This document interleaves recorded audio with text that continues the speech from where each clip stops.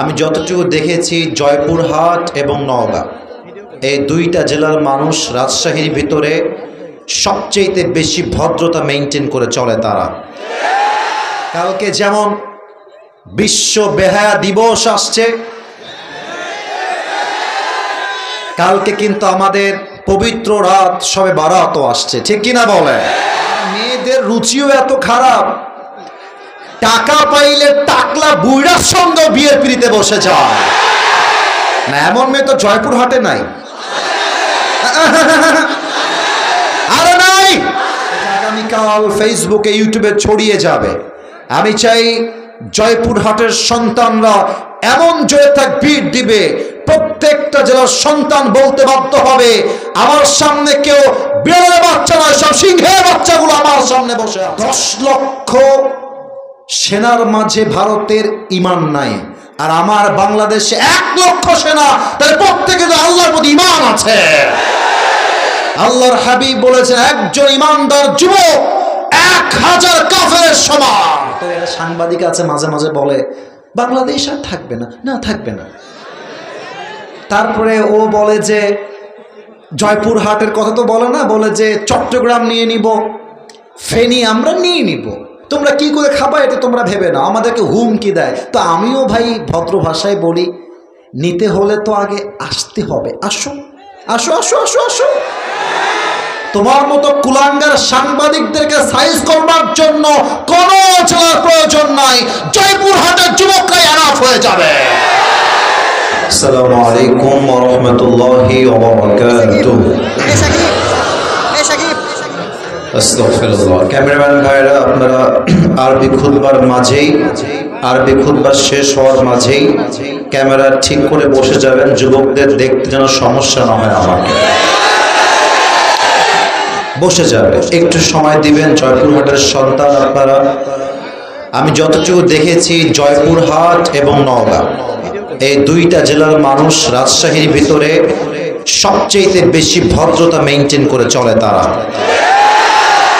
এই জন্য মেহেরবানি করে এই জেলার সুনামকে আপনারা বদনামে পরিণত করবেন না। মেহেরবানি করে যে যেখানে আছেন চুপচাপ থাকবেন। ক্যামেরাম্যান ভাইরা আমার আরবি খুতবা শেষ হওয়ার পূর্বেই they will fix their camera, no problem. একটু ধৈর্যের পরিচয় দিবেন। আমি সালাম দিয়েছি, তবে অনেকে ব্যস্ত থাকার জন্য আমাকে জবাবটা দিতে পারেন নাই। সো আমি আবার সালাম দিচ্ছি, এরপরে আমি আমার আরবি খুতবা পাঠ করব। আশা রাখবো সবাই আমাকে জবান খুলে উত্তর দিবেন। আসসালামু আলাইকুম ওয়া রাহমাতুল্লাহি ওয়া বারাকাতুহু। ইন্নাল হামদালিল্লাহি নাহমাদুহু ওয়া নাস্তাঈনুহু ওয়া নাস্তাগফিরুহু ওয়া নু'মিনু বিহি ওয়া নাতাওয়াক্কালু আলাইহি ওয়া নাউযু বিল্লাহি মিন শুরুরি আনফুসিনা ওয়া মিন সাইয়্যাতি আ'মালিনা মান ইয়াহদিহিল্লাহু ফালা মুযিল্লা লাহু ওয়া মান ইউদ্লিলহু ফালা হাদিয়া লাহু فلن تجد له وليا مرشدا ونشهد أن لا إله إلا الله وحده لا شريك له هو الذي لا ضد له ولا ند له لا مثل له ولا مثيل له ولا كفيل له لا شبه له ولا شبيه له ولا ولد له ولا والد له وهو الواحد الفرد الصمد لم يلد ولم يولد ولم يكن له كفوا أحد ونشهد أن سيدنا ونبينا وحبيبنا وحبيب ربنا وطبيبنا وطبيب أرواحنا محمدا عبد الله ورسوله أرسله بالحق بشيرا ونذيرا وداعيا إلى الله بإذنه وسراجا وقمرا منيرا أما بعد فأعوذ بالله من الشيطان الرجيم بسم الله الرحمن الرحيم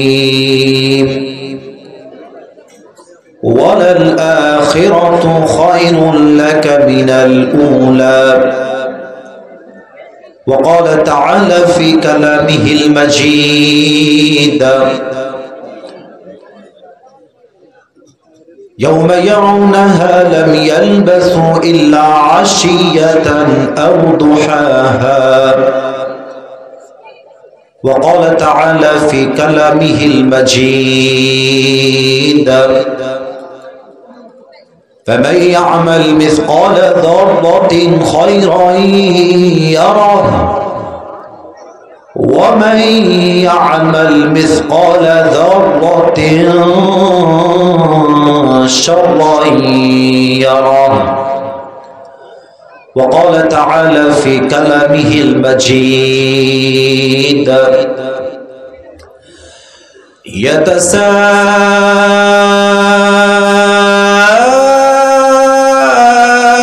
يتساءلون عن المجرمين ما سلككم في سقر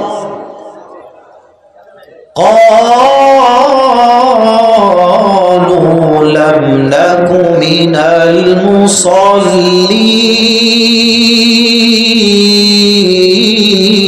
المصلين وقال تعالى في كلامه المجيد لا يستوي أصحاب النار وأصحاب الجنة أصحاب الجنة هم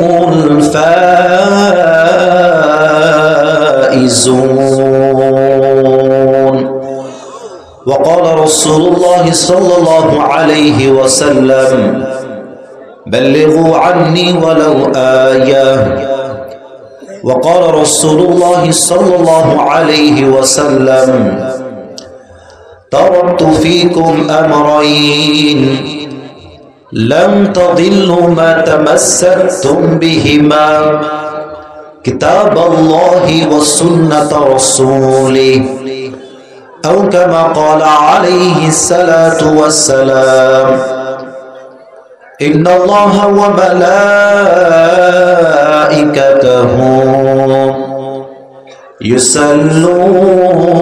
يصلون على النبي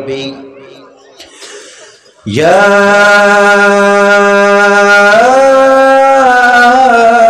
أيها الذين آمنوا صلوا عليه وسلموا تسليما اللهم صل على محمد وعلى آل محمد كما صليت على إبراهيم وعلى آل إبراهيم إنك حميد مجيد استغفر الله সাউন্ড সিস্টেম ডান দিকে আছে তাই না আপনার সাউন্ড 95% মাশাআল্লাহ অনেক ভালো 95% ঠিকঠাক আপনি বেসটাকে আর একটু মোটা করে আর একটু বাড়ায় দেন 95% পারফেক্ট কিন্তু জাস্ট 5% ঠিক করলেই পরিপূর্ণ পারফেক্ট হয়ে যাবে ইনশাআল্লাহ আমাদের আজকে এই প্রোগ্রাম ভেটি ঈদগাহ কমিটি কর্তৃক আয়োজিত 20তম ঐতিহাসিক তাফসীরুল কোরআন মাহফিল আমাদের আজকে এই প্রোগ্রামে সভাপতি রয়েছেন মোহাম্মদ আব্দুল হাকিম সাহেব উনি কি এসেছেন ও মাশাআল্লাহ আমার ডানে আছে একজন সিনিয়র শিক্ষক একজন আমাদের জন্য শ্রদ্ধাভাজন ব্যক্তিত্ব উনি মাদ্রাসার দায়িত্বে আছেন আমি দোয়া করি আল্লাহ তাআলা হুজুরকে নেক হায়াত দান করুক। পড়েন সবাই জবান খুলে আমিন। হুজুর অত্যন্ত আদবওয়ালা এবং বিনয়ী মানুষ, দেখে বোঝাই যায় না এত বড় একজন ব্যক্তিত্ব আমার ডান পাশে বসে আছেন। আমি দোয়া করছি সবাইকে নিয়ে, আল্লাহ রাব্বুল আলামিন যেন হুজুরের প্রত্যেকটা দ্বীনের কাজকে তার সন্তুষ্টির ওয়াসিলা হিসেবে কবুল করে নেয়। পড়েন সবাই আমিন। আমাদের আজকে এই প্রোগ্রামে প্রধান অতিথি চিফ গেস্ট আছেন জনাব মোহাম্মদ মোফাজ্জল হোসেন, চেয়ারম্যান ভারপ্রাপ্ত ৮ নং জামালপুর ইউনিয়ন পরিষদ, সাংগঠনিক সম্পাদক, জয়পুরহাট সদর থানা, বিএনপি। কথা বলেছেন অত্যন্ত মার্জিত এবং ভদ্র ভাষায়। আমি দোয়া করি আল্লাহ তাআলা আমাদের চেয়ারম্যান সাহেবকে ইসলামের একজন একনিষ্ঠ খাদেম হিসেবে কবুল এবং মঞ্জুর করুন। পড়েন সবাই আমিন। তবে একটি বিষয় এই মুহূর্তে আমি আসলে না বলে পারছি না। আমি আজকের কমিটিকে স্পেশালি থ্যাঙ্কস জানাই। তোমরা একটা থ্যাঙ্কস ডিজার্ভ করো। আমি আবারও বলছি জাযাকুমুল্লাহ খায়র। আল্লাহ কমিটির সবাইকে জাযায়ে খায়র দান করুন। পড়েন সবাই আমিন। থ্যাঙ্কস কেন দিলাম? এর সবচেয়ে বড় বিশেষ কারণ হচ্ছে তারা আজকের মাহফিলের সভাপতি রেখেছেন একজন সুনামধন্য আলেমকে। আমরা দেখেছি 5 আগস্টের পূর্বে সুদখোর টাটকা বাটপার মাহফিলের সভাপতি হয়ে ডান পাশে বসে থাকতো। তোমরা সেই ইতিহাসকে পরিবর্তন করেছো। মাথায় রাখবা, মসজিদ, মাদ্রাসা এবং মাহফিল কোন সভাপতি সুদখোর হওয়া যাবে না। প্রত্যেকটা সভাপতি হওয়া লাগবে আল্লাহওয়ালা মানুষ। কমিটির ভাইকে ধন্যবাদ জানাই, প্রত্যেকটা যুবককে ধন্যবাদ জানাই। আল্লাহ সবাইকে নেক হায়াত দান করুক। পড়েন সবাই আমিন। সত্য কথা বলতে 5 আগস্টের পূর্বে যারা নাম দিত সুদখোর গাঞ্জাখোরের নাম সভাপতি হিসেবে দিতে, তারা বাধ্য হতো। কারণ না দিলে এই দেশটা ছিল স্বৈরাচারের দেশ। একটু ডান বাম হলে মিথ্যা মামলা দিয়ে জেলখানায় ভরে দিত, ঠিক কি না বল? আমার কথা যাদের কাছে মনে হচ্ছে যে আসিফ হুজুর মনে হয় কাউকে অপমান করার জন্য মাহফিলে এসেছেন, না, ওয়াল্লাহি আওয়ামী লীগ আমার ভাই, বিএনপি আমার ভাই, জামাত আমার ভাই, হেফাজত আমার ভাই, চরমনায় আমার ভাই, আহলে হাদিস আমার ভাই, কওমি আমার ভাই, আলিয়া আমার ভাই। আমার প্রথম পরিচয় কোন দল দিয়ে নয়, আমার প্রথম পরিচয় আমি মুসলমান ঘরের সন্তান। আপনারা দেখেছেন রিসেন্টলি গতকাল থেকে নিয়ে বাংলাদেশে আয়না ঘরের একটা দৃশ্য ফাঁস হয়েছে। কি মর্মান্তিক চিত্র, কিভাবে মানুষদেরকে ধরে গুম করে বন্দী করে রাখা হতো। এই দৃশ্য দেখার পরেও যারা বলবে আগেই ভালো ছিলাম, আগের দিন ভালো ছিল, এই ছিল সেই ছিল, এই জুলুম এবং আয়না ঘর দেখার পরে যারা বলবে আগেই ভালো ছিলাম, তারা আবু জেহেলের সন্তান। কিভাবে মানুষকে কারেন্টের শক দেওয়া হতো, সেই চেয়ারটা আমি আজকে দেখলাম ফেসবুকে।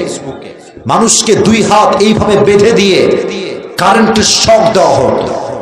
অসহায় মানুষগুলো চিৎকার করত। ছোট্ট একটা বাথরুম দিয়েছে, ইস, একজন সেনা, দেশের একজন সোলজার, তাকেও সেখানে গুম করে আটকে রাখা হয়েছিল। তিনি বললেন, আমার যখন বাথরুমের প্রয়োজন হতো, ওয়াশরুমে আসতাম, এসে দেখতাম ওয়াশরুমের কোনো গেট নেই।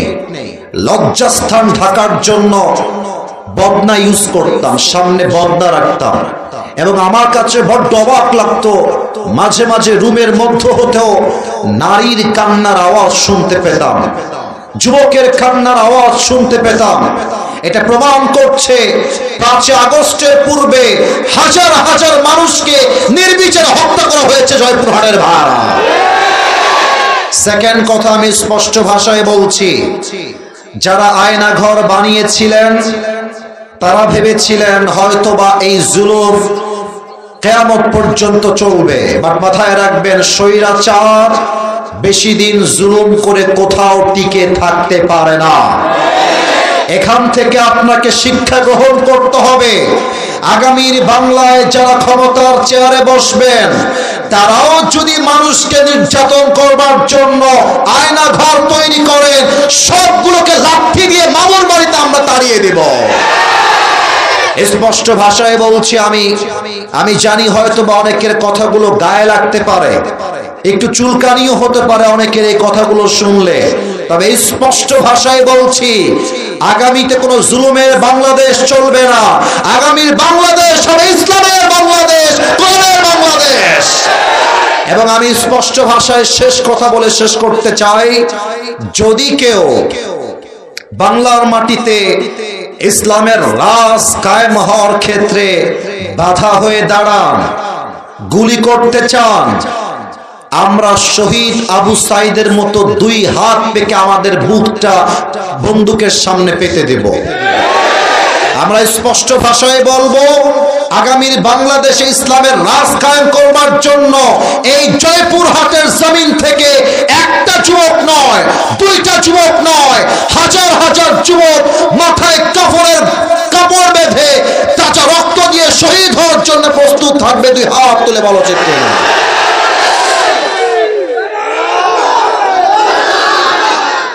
আল্লাহ রাব্বুল আলামিনের স্লোগানকে কবুল করো, পড়েন সবাই আমিন। আপনারা কি আমার কথা রাগ করলেন নাকি ভাইরা? আচ্ছা, আয়না ঘর আমি যে বললাম এটা কি মিথ্যা না সত্যি? আমরা কি আগামীর বাংলাদেশে কোনো জুলুম দেখতে চাই না? আল্লাহ জুলুম মুক্ত বাংলাদেশ দান করো, পড়েন সবাই আমিন। আমি কথা বাড়াতে চাই না, সময় খুবই সংক্ষেপ। কমিটির ভাইরা আমাকে বলেছেন, হুজুর আমরা 11:30-এর মধ্যে মাহফিলটা ক্লোজ করতে চাই, এটা বড্ড অ্যাপ্রিসিয়েটেড। যদিও বা আমি এত অল্প সময় শেষ করতে পারবো না, আমি নিয়ম দিয়েছি 1 ঘন্টার বেশি আমি ওয়াজ করব না।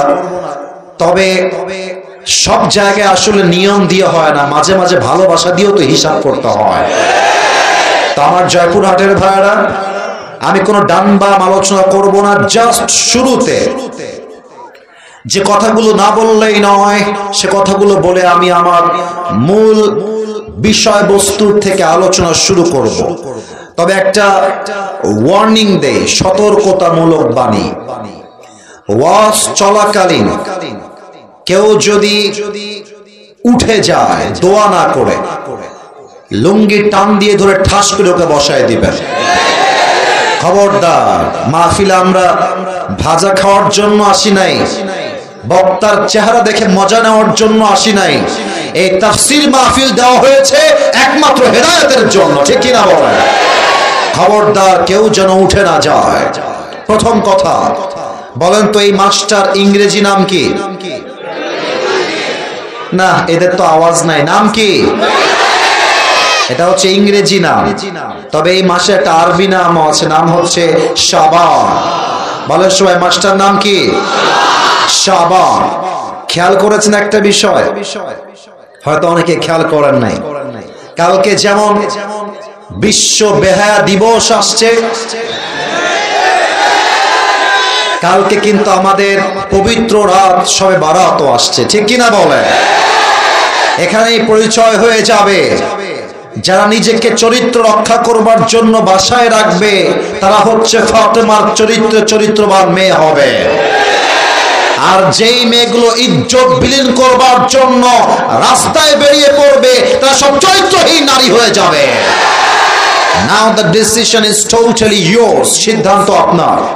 তবে আমি আপনাকে একজন ভাই হিসেবে বলবো, আপনি একজন ভাই, আপনি একজন বাবা, আপনি একজন স্বামী, কালকে বাসায় গিয়ে ওপেন ডিক্লেয়ার দিবেন, আমি বাবা বলছি আমার মেয়ে কালকে ভালোবাসার দিবসে আমার বাড়ির চৌকাঠ থেকে এক চুল পরিমাণ বাহিরে বের হতে পারবে না।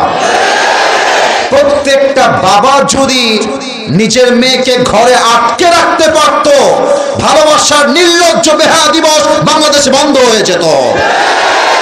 এক নাম্বার কথা, গজব আসছে যেমন বরকত আসছে তেমন, আপনাকে সিদ্ধান্ত নিতে হবে আপনি কোন দিক যেতে চান। শবে বারাত নিয়ে অনেক কথা।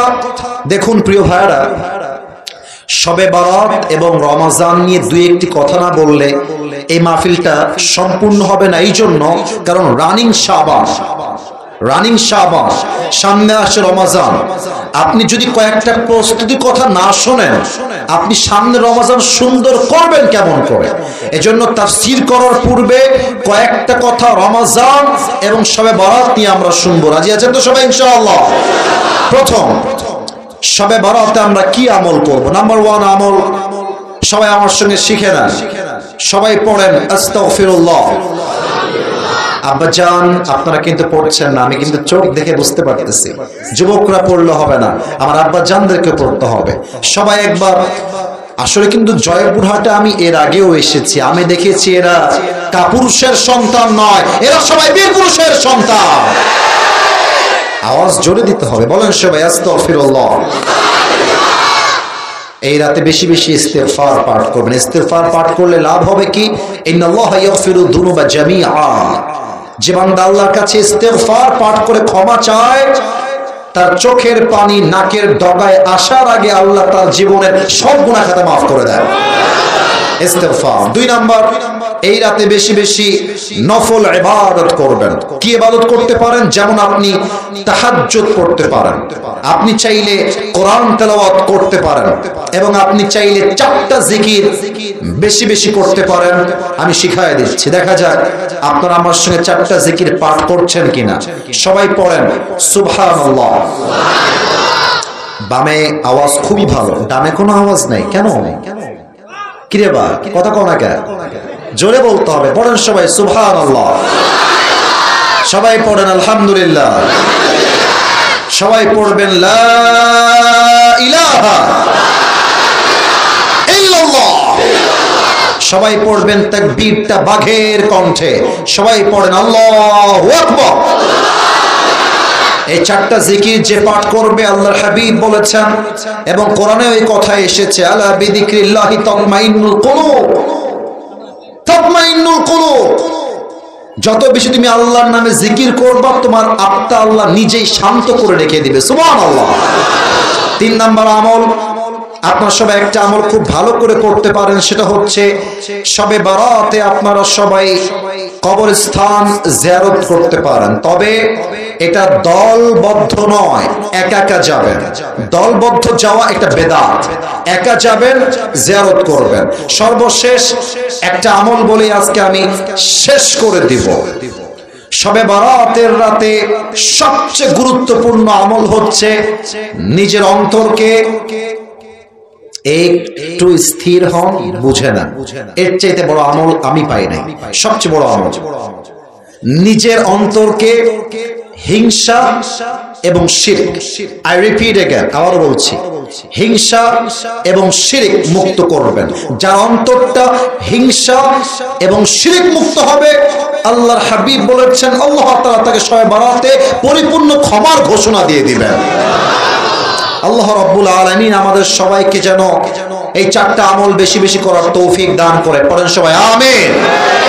সর্বশেষ একটা কথা বলে আমি আমার মূল তাফসীরে ফিরে যেতে চাই। আচ্ছা, আপনাদের যারা এসেছেন আজকের মাহফিলে, আপনাদের বউ আছে কার কার? একটু হাত তুলেন তো। বউ আছে? বউ আছে কার কার? আচ্ছা, অনেকের বউ আছে। আচ্ছা, হাত নামান। বউ আছে, হাত নামান। এবার যাদের বউ নাই, সিঙ্গেল না, একটু হাত তোলো সবাই। ইন্না লিল্লাহি ওয়া ইন্না ইলাইহি রাজিউন। চেয়ারম্যান সাহেব, আমার হুজুর, একটু তাকান। আপনাদের বউ নাই? এ আমি বিশ্বাস করি না। আরে যাদের বউ নাই, আল্লাহ সবাইকে দিনদার নেককার বউ দিয়ে দিক। পড়েন সবাই আমিন। তোমরা যদি আমিন না কও, তোমার দিন কিন্তু খারাপ হবে। জোরে কও আমিন। আল্লাহ যাদের বউ নাই, সবাইকে খুব দ্রুত বিয়ে করার তৌফিক দান করে। পড়েন সবাই আমিন। শুধুমাত্র বিয়ের চিন্তা করলেই হবে না যুবক ভাইরা, হালাল ভাবে প্রচুর টাকা ইনকাম করতে হবে বাংলাদেশে। কারণ টাকা ছাড়া আজকালকার বাবার যে মেয়ের হাতটা কোথাও ছাড়তে চায় না। আর মেয়েদের রুচিও এত খারাপ, টাকা পাইলে টাকলা বুইড়ার সঙ্গে বিয়ের পিড়িতে বসে যায় না। এমন মেয়ে তো জয়পুরহাটে নাই। আরে নাই। আল্লাহ থাকলে হেদায়েত দান করুক, পড়েন সবাই আমিন। আমি সেই দিন মজা করেই বলছিলাম যে তুমি যদি তোমার পছন্দের মেয়েকে বিয়ে করতে চাও, প্রচুর টাকা তোমাকে হালাল ভাবে ইনকাম করতে হবে। যদি তুমি টাকা কামাই না করো, ওই যে তোমার একটা দিন আসবে যে তুমি বলবা চাচা বাড়িঘর তো সাজানো কেন, হেনা কোথায়? আর চাচা বলবে বাবা হেরা খোঁজ খবর করবো লাভ নাই, চাচা ওর বিয়ে হয়ে গেছে, তুমি গাঞ্জা খেয়ে ঘুরে বেড়াও। অতএব একটা কথা, আমার যেই মেয়েকে পছন্দ সেই মেয়েকে চাওয়ার পূর্বে আমি আমার নিজের ব্যক্তিত্ব এবং আমার অবস্থানকে শক্ত করব, ঠিক কিনা বলেন? আল্লাহ আমার যুবক ভাইদেরকে বোঝার তৌফিক দান করুক, পড়েন সবাই আমিন। আমরা সবাই মিলে আজকে 3টা তাকবীর দিব, তাকবীর শেষ আলোচনা শুরু হবে। প্রথম তাকবীর দিবেন আমার প্রিয় বিবাহিত ভাইরা, আর সেকেন্ড তাকবীর দিবেন আমার প্রিয় কলিজার টুকরা যুবক ভাইরা। আমি দেখতে চাই কার গায়ের জোর কত বেশি আজকের মাহফিলে। তো আমার বিবাহিত আব্বাজান যারা এসেছেন, যুবক ভাইরা যাদের বউ আছে, তারা একটু কাশি দিয়ে গলাটা ঠিক করবে না। বিবাহিত ভাইরা, জাস্ট বিবাহিত ভাইরা। সিঙ্গেল তোমরা একটু চুপ থাকো সোনামণি, নতুন হওয়া যাবে না, পুরাতন হওয়া লাগবে। বিবাহিত ভাইরা তাকবীর দিবেন। নারে তাকবীর, মাশাআল্লাহ মাশাআল্লাহ, মোটামুটি চলে, খারাপ না খারাপ না। এবার সিঙ্গেলদের পালা, সিঙ্গেলরা একটা কাশি দাও। আচ্ছা, যারা বিবাহিতরা আছেন তারা খুবই ম্যাচিউরড, এবং আমার আব্বাজানরা এদিকে আছেন, এদিকে আমার আব্বাজানরা আছেন। আপনারা এই নাম্বার দিবেন এবং আমার হুজুর চেয়ারম্যান সাহেব নাম্বার দিবে, আমি কাউকে নাম্বার দিব না। দেখা যাক কারা জিতে। সিঙ্গেলরা তাকবীর দিবেন। Now it's time for the single people and married people keep quiet, keep silent. বিবাহিত ভাইরা চুপ থাকবেন, সিঙ্গেলরা মেক নয়েজ, তোমরা আওয়াজ দিয়ে আমাকে তাকবীর দিবা। দেখা যাক কারা পারে। সিঙ্গেল ভাইরা নারে তাকবীর। বিবাহিত ভাইরা আমাকে মাফ করে দিও, হলো না, মানে জিততে গিয়েও কেন যেন আমরা হেরে গেলাম। যাই হোক, जो हो गया उसके बारे में सोचना नहीं है। अब चलो सामने बढ़ते हैं। দেখা যাক এবার সবাই মিলে তাকবীর দিবেন এমন জোরে, তাকবীরের ঠেলায় আমি আসিফ হুজুর স্টেজ ভেঙে উল্টে নিচের দিকে পড়ে যাব। দেখা যাক কত জোরে আওয়াজ আপনাদের আসে। সবাই কাশি দেন এবার। ক্যামেরায় রেকর্ড হচ্ছে, এটা আগামীকাল ফেসবুকে ইউটিউবে ছড়িয়ে যাবে। আমি চাই জয়পুরহাটের সন্তানরা এমন জোরে তাকবীর দিবে, প্রত্যেকটা জেলার সন্তান বলতে বাধ্য হবে আমার সামনে কেউ বিড়ালের বাচ্চা নয়, সব সিংহের বাচ্চাগুলো আমার সামনে বসে আছে। নারে তাকবীর। আল কোরআনের আলো, আল হাদিসের আলো, কোরআন হাদিস যেখানে, আলেম ওলামা যেখানে, জয়পুরহাটবাসী যেখানে, আল্লাহ যেন কবুল করে। পড়ে সবাই আমিন। আমাকে সরাসরি আজকে প্রথম দেখলেন কারা কারা, একটু হাত তুলো সরাসরি। হ্যাঁ, ফেসবুকে দেখেছেন তো সবাই নাকি? সরাসরি আজকে প্রথম নাকি? আচ্ছা, হাত নামান। প্রিয় ভাইরা, আমি আবারও বলছি, এখানে আহলে হাদিস ভাইরাও থাকতে পারেন, এখানে কওমির ছাত্ররাও থাকতে পারেন, এখানে আলিয়ার ছাত্র থাকতে পারেন, এখানে স্কুলের ছাত্র থাকতে পারে, কলেজের ছাত্র থাকতে পারে। আমরা সবাই দল দিয়ে নয়, আজকে বিচার হবে আল্লাহর কোরআন দিয়ে, ঠিক কিনা বলেন? প্রত্যেকটা যুবক এবং মুরব্বী আব্বাজান এখন যেমন অ্যাক্টিভ আছেন, দোয়া পর্যন্ত অ্যাক্টিভ থাকবেন। রাজি আছেন তো ইনশাআল্লাহ? আল্লাহ রাব্বুল আলামিন যেন আমাকে এমন কিছু কথা বলার তৌফিক দান করে যেই কথা সবার জন্য হেদায়েতের ওয়াসিলা হয়ে কাজ করবে। পড়েন সবাই আমিন। আজ এই যে সেলফি টিকটক বন্ধ করো, বন্ধ করো, ওগুলো করা যাবে না কলিজা, এগুলো করা যাবে না। আমাকে ভিডিও করে কোনো লাভ নাই, আমার কথাগুলো শোনো না। আমি হাসির জন্য বলি নাই, আসিফ হুজুর মজার সময় মজা, ব্যক্তিত্বের সময় ব্যক্তিত্ব। প্রিয় ভাইয়েরা, এটা করা যাবে না। আর মুখে যেন আমি আর হাসি কারো না দেখি। এখন আমি যা বলবো রেফারেন্স ভিত্তিক কথা বলবো এখন থেকে। মেহেরবানি করে মোবাইল ফোনে কনসেন্ট্রেট করা যাবে না। আমি কি বলছি ফোকাস অন ইট, এখানে খেয়াল করা। আজ এই জয়পুরহাটের সদরের মাটিতে আমি আজকে একটা ছোট্ট বিষয় নিয়ে আলোচনা করব।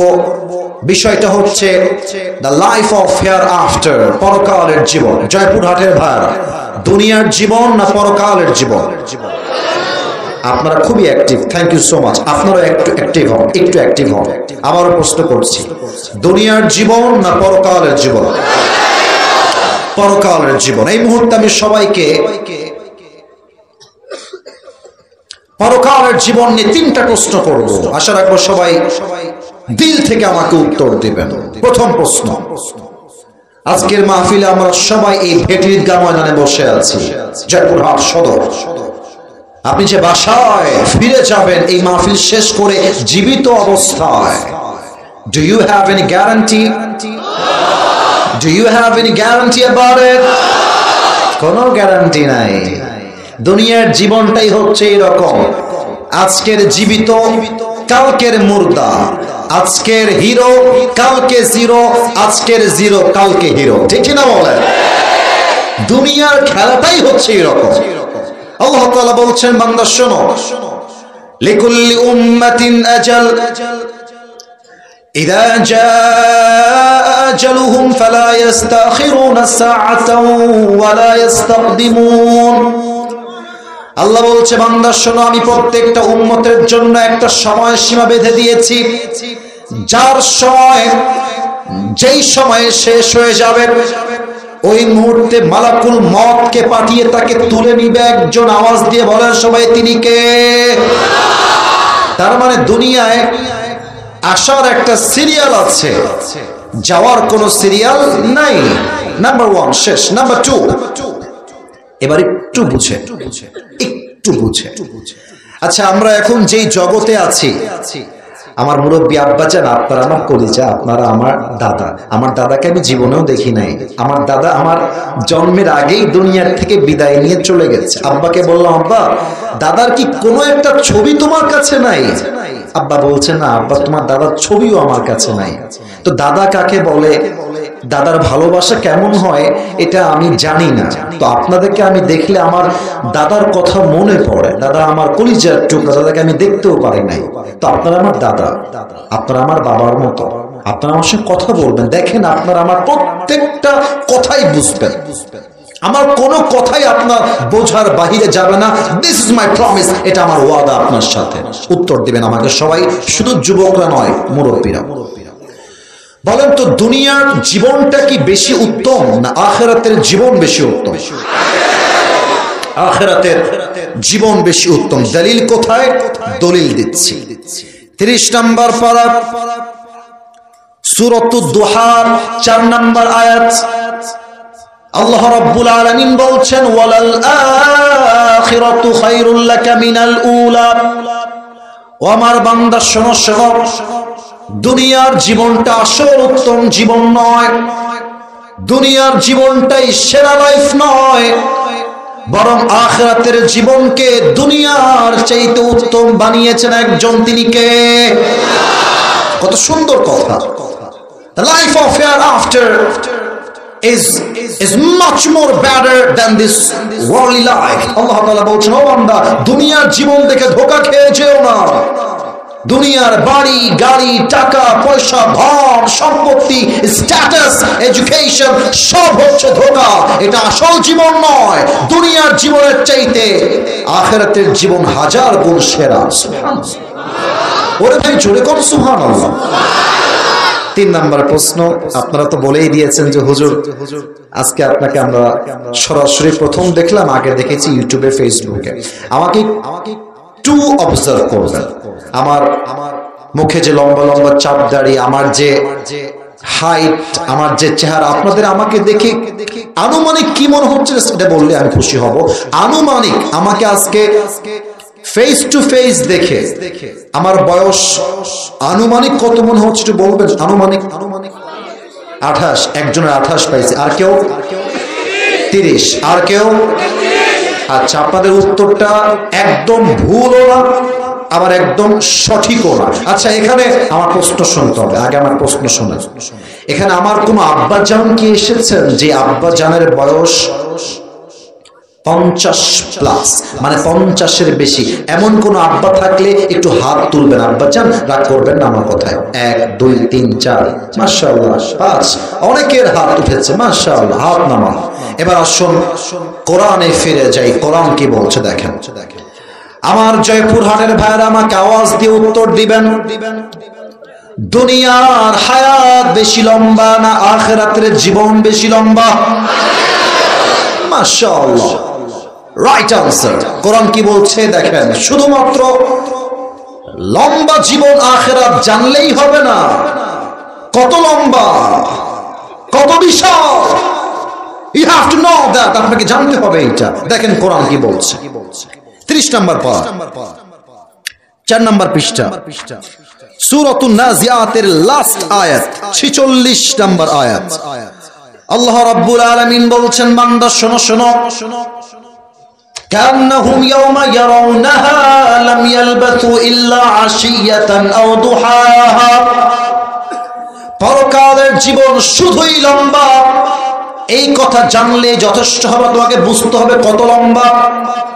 আল্লাহ তাআলা বলছেন, আমার যেই বান্দার বয়স দুনিয়ার জমিনে 80 বছর ছিল, আবার যেই বান্দার বয়স দুনিয়ার বুকে 100 বছর ছিল।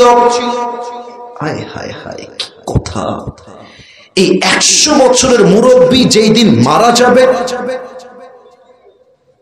পরকালের জীবন যেই দিন থেকে শুরু হবে, মুরব্বী বলবে, আল্লাহ পরকালের জীবনটা এত লম্বা, আমার কাছে আজকে মনে হচ্ছে I was in the world just like on morning or on evening. আল্লাহ, আমার কাছে 100 বছরের জীবনটা পরকালের কাছে একটা সকাল কিংবা সন্ধ্যার মতো মনে হচ্ছে। আল্লাহু আকবার। Could you imagine that? একবার ভাবেন তো যে আপনার 80 বছরের জীবনটা পরকালের সামনে just like on morning or on evening, একটা সকাল কিংবা সন্ধ্যা। কতটা লম্বা সময় হবে সেই পরকালের জীবন। এবার আসুন সবাইকে একটা আবদার জানাই, সবাইকে 5 সেকেন্ডের জন্য চোখটা বন্ধ করতে হবে। এখনই বন্ধ করবেন না, একটু থামেন। পেছনে 2-1 যুবক তোমরা কথা বলছো, I'm listening to your sound. Don't create a single noise. একটা আওয়াজও আসা যাবে না। আমরা জয়পুরহাটের সন্তান, আমরা যেখানে ভদ্র থাকতে হবে সেখানে ভদ্রতা পরিচয় দিয়ে আমরা বসে থাকবো। Don't create a single noise. একদম চুপ থাকতে হবে। আমি আসিফের এই চেয়ারে বসে কথা বলার কোনো যোগ্যতা নাই, বিশ্বাস করেন, trust me, believe me, I am telling you the truth. আমার কোনো যোগ্যতা নাই। আমার চাইতে ভালো আলেম, ভালো যোগ্যতা সম্পূর্ণ ছাত্র আমার সামনেই বসে আছে, শত শত আছে। আমি অধমকে আল্লাহ তাআলা এখানে কথা বলার সুযোগ দিয়েছেন। আমি মনে করি এর পেছনে সবচাইতে বড় হাত হচ্ছে আমার বাবা এবং মায়ের দোয়া, আমার বাবা মায়ের দোয়া। আমি মুরব্বী আব্বা জানি, আমি মনে প্রাণে বিশ্বাস করি, এটা আমি মন থেকে বিশ্বাস করি। আমার কোনো যোগ্যতা নাই। কত ছাত্র আমার চাইতে ভালো, কত যুবক তাদের চেহারা আমার চাইতে সুন্দর, কই আমার মতো তো ভালো মানুষ থেকে বাসে না। তার মানে অবশ্যই এর পেছনে আমার আব্বা আমার দোয়া আছে, মুরব্বীদের দোয়া আছে। আমি যে কথাগুলো বলবো আমি একটু ভূমিকা দিয়ে নেই, বুঝতে আপনাদের সহজ হবে। ভূমিকা দেই, পুরো 1 ঘন্টা কি কথা হবে ভূমিকায় জেনে নেন। প্রথম আমরা জানবো পরকালের জীবনটা আসলে শুরু হবে কেমন করে, মৃত্যু আমাদের সামনে আসবে কেমন করে, মানুষগুলো মারা যাবে কেমন করে। হাদিসে আসছে মৃত্যু হচ্ছে মোট 2 প্রকার। এক, নামাজি বান্দার মৃত্যু, আর এক হচ্ছে বেনামাজি বান্দার মৃত্যু। এটা আমরা প্রথমে জানবো।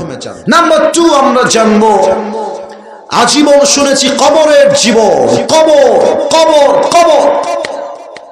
আজকে আমরা জানবো কবরের প্রথম রাত আমাদের কেমন হতে পারে। কবরের লাশ যখন দাফন হবে আমার সঙ্গে সেই দিন রাতে কি ঘটতে পারে, এটা আজকে আমরা জানবো সেকেন্ড পয়েন্টে, 2 নাম্বার বিষয়। এবং সর্বশেষ আমরা আরো 3টি বিষয়ে ওয়াচ করব। নাম্বার 1, মৃত্যু মানে is not end of your life. মৃত্যু মানেই আমার জীবনটা শেষ নয়, বরং মৃত্যুর পরেও দেয়ার ইজ অ্যানাদার লাইফ, একটা জীবন আছে। আমার মৃত্যুর পরে আবার আমাকে রূহ দিয়ে জীবিত করবে একজন। আওয়াজ দিয়ে বলেন সবাই, তিনি কে? 2 নম্বরে আমরা জানবো, আজীবন শুনেছি কিয়ামত, কিয়ামত হিসাব দিবস। আজকে আমরা জানবো সে কিয়ামতটা কায়েম হবে কেমনে, আল্লাহ তাআলা হিসাব নিবেন কেমন করে। এবং সর্বশেষ আমরা জানবো 5 নাম্বার, কিয়ামতের পরে 2টা দল মানুষের মাঝে ভাগ হয়ে যাবে। এক হচ্ছে জান্নাতি, আর এক হচ্ছে জাহান্নামী। জান্নাতে মানুষ যাবে কেমনে, জাহান্নামে মানুষ যাবে কেমনে, আজকে 5টা বিষয়ে আমরা আলোচনা শুনবো কোরআন এবং হাদিস থেকে দলিল উল্লেখ করে। বলেন সবাই ইনশাআল্লাহ। একটু হাত তুলে আওয়াজ করে বলেন সবাই ইনশাআল্লাহ। হাত নামান।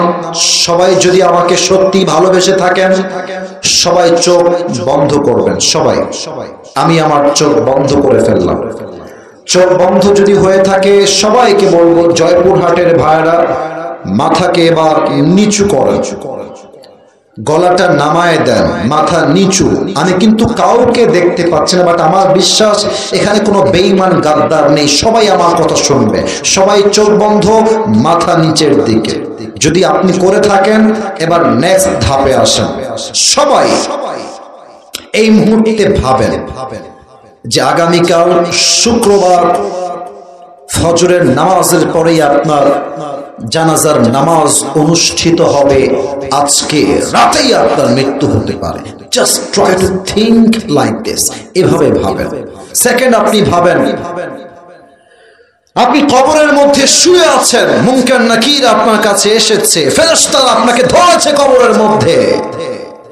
সেই পরকাল এবং কবরকে জাস্ট 5টা সেকেন্ড চোখ বন্ধ করে চিন্তা করুন। আমি 1 থেকে 5 বলছি, সবাই মৃত্যুকে স্মরণ করবেন। 1, 2, 3, 4, 5। জয়পুরহাটের ভাইয়েরা সবাই চোখ খুলেন, মাথা উঁচু করেন, আমার চোখে চোখ রাখেন। আজ জুমা রাত, কালকে শুক্রবার। মনে করেন যখনই আপনার মৃত্যুর সময়টা ঘনিয়ে আসবে, আল্লাহর হাবিব বলেছেন মালাকুল মউত তার সামনে এসে দাঁড়িয়ে যাবে। তবে এই চ্যাপ্টারে মানুষের মাঝে 2টা ভাগ হবে। 1, the death of people, those who perform the salah. Number 2, the death of people, those who do not perform the salah. 1 নামাজি বান্দা, 2 বেনামাজি বান্দা। নামাজি বান্দার মৃত্যু কেমন হবে জয়পুরহাটের ভাইরা কলিজার থেকে শুনবেন। নামাজি বান্দার সামনে যখন মালাকুল মউত আসবে, তার দেহে একটা জুব্বা থাকবে, সাদা ধবধবে জুব্বা। তার গায়ের রং হবে সাদা ফর্সা, মুখে থাকবে লম্বা লম্বা চাপ দাড়ি, দেখতে হবে তাগড়া যুবক। মালাকুল মউত নামাজি বান্দার সামনে এসে দাঁড়িয়ে যাবে, জাস্ট লাইক দিস, এইভাবে। আর কি বলবে? হাদিসে এটাও এসেছে, ইয়া আইয়াতুহান নাফসুল মুতমাইন্নাহ উখরুজি ইলা মাগফিরাতিল্লাহি ওয়া রিজওয়ানিহি। এই নামাজি বান্দা আসো, বের হয়ে আসো। বলবে কোথায়? ডাক দিয়ে বলবে ইলা মাগফিরাতিল্লাহি ওয়া রিজওয়ানিহি। আরে আসো, আল্লাহর জান্নাত আর ক্ষমা তোমার অপেক্ষায় বসে আছে। সুবহানাল্লাহ। রূহটা বের হবে। আচ্ছা, কই যায় 2টা? কই যায়? এই চোখ আছে আমার, ওয়াশরুম যদি লাগে that's a different matter, but কোনো ইস্যু ছাড়া উঠে গেলে বুঝতে হবে তার হৃদয়ে কোরআনের জন্য ভালোবাসা নয়। ঠিক কিনা বলে? খবরদার, একজন উঠেছেন আর কারো দিকে আমার চোখ যেন না যায়, আমার দিকে সবাই দেখবেন। এইটা আমার হাতে কি জয়পুরহাটের ভাইরা? বাচ্চারা বলেছে, আপনারা বলেন এটার নাম কি? একটু দেখেন তো এইটা কি গোল না চারকোনা? মাশাআল্লাহ, রাইট আনসার। আল্লাহর হাবিব বলেছেন কাফাম মিন আকফানিল জান্নাহ ওয়া হানুত মিন হানুতিল জান্নাত। নামাজি বান্দার রূহকে কবজ করবার জন্য আল্লাহ রাব্বুল আলামিন জান্নাত থেকে একটা লাল রেশমি রুমালের চাদর পাঠিয়ে দিবেন। মালাকুল মউত তার ডান হাত দিয়ে রূহটা কবজ করবেন। সুন্দর করে মালাকুল মউত তার রূহটা রেশমি রুমালের চাদরে রাখবেন। ওয়া হানুত মিন হানুতিল জান্নাহ। নামাজি বান্দার রূহকে কবজ করে মালাকুল মউত ইল্লিয়িন তথা জান্নাতের ঠিকানায় নিয়ে পৌঁছায় দিবে। কোন সবাই সুবহানাল্লাহ। কত সুন্দর হবে নামাজি বান্দার মরণ, মরলেই জান্নাতি, মরলেই জান্নাত। এবার আসুন, বেনামাজির মৃত্যু কত ভয়ঙ্কর হতে পারে। এখানে অনেকে এসেছেন, এই কথায় রাগ করবে না। এখন যেটা বলবো কেউ রাগ করবে না। আমি যদি এখন স্টেজ থেকে নেমে যাই এবং কয়েকজন লোকের পকেটে যদি আমি হাত দেই, গ্যারান্টি দিয়ে বলতে পারবো কিছু লোকের পকেট থেকে এখন বিড়ির প্যাকেট বের হবে, এখনই বের হবে, এখনই। এবং মাহফিল শেষ করে যাবে এই ডান দিক দিয়ে, রাস্তাতে বিড়ি ধরা টান টেনে বাসায় ফিরে যাবে, ঠিক না বলে? আপনার মৃত্যু কেমন হবে আমার থেকে শোনেন, আপনি শোনেন আমার থেকে। এখানে অনেক যুবক এখন বের হবে। যদি আমি আর ফোনটা চেক করি, ওর মেসেঞ্জারে ওর গার্লফ্রেন্ডের নাম জান লিখে সেভ করা আছে। এখানে অনেক যুবক আছে এরকম, যার ফোন চেক করলে তার গ্যালারিতে কয়েকশো হিন্দি গান খুঁজে পাওয়া যাবে। আসুন, আপনার মৃত্যু কেমন হবে? মুখে হাসি যদি থাকে আপনি নির্লজ্জ হয়ে যাবেন। নির্লজ্জতার প্রমাণ দিয়েন না। শোনেন আপনার মৃত্যু কেমন হবে। বেনামাজি বান্দার সামনে যখন মালাকুল মউত আসবে, তার দেহের পোশাক হবে কালো কুৎসিত, এই দুইটা চোখ হবে লাল টকটকে, দেহের পুরো চামড়ার রং হবে নীলাভ বর্ণের চেহারা। মালাকুল মউতের এক পা থাকবে জমিনে, হেড তথা মাথা থাকবে আকাশ বরাবর, বিশাল লম্বা। মালাকুল মউতের ভয়ঙ্কর চেহারা দেখার সাথে সাথে বেনামাজি যুবক, বেনামাজি মুরব্বী, বেনামাজি মা, বেনামাজি বোন থরথর থরথর করে কাঁপবে, থরথর থরথর। আর মালাকুল মউত তার দিকে চোখ তুলে এমন তাকায় থাকবে। দেখবেন অনেক মানুষ যখন মারা যায়, দেখবেন অদৃশ্যের দিকে কেমন যেন দুইটা চোখ বড় বড় করে তাকিয়ে আছে, এমনি কি যেন তারা দেখতে পায়। তারা মালাকুল মউতকে দেখতে পাবে। মালাকুল মউতের ভয়ঙ্কর চেহারা দেখে বেনামাজি যুবক থরথর করে কাঁপবে। মালাকুল মউত একটা ধমক দিয়ে ডাক দিবে, ইয়া আইয়াতুহান নাফসুল খাবিসা উখরুজি ইলা গাদাবিল্লাহ। এই বেনামাজি বের হয়ে আয়, বের হ। কোথায় বের হ? আল্লাহর গজবের দিকে, জাহান্নামের দিকে বের হয়ে আয়। মালাকুল মউতের ধমক শুনে রূহটা ভেতর থেকে বের হয়ে একবার ডান দিকে যাবে, একবার বাম দিকে যাবে, আর একবার ভয়ে পেছনের দিকে দৌড়ে পালাবে। আরে হাদিসে আসছে মালাকুল মউত তার বাম হাতটা পেছনের দিকে নেবে। আমার বাম হাত দেখে পেছনের দিকে, পেছন থেকে মালাকুল মউত বেনামাজি রূহের দিকে একটা থাবা দিবে।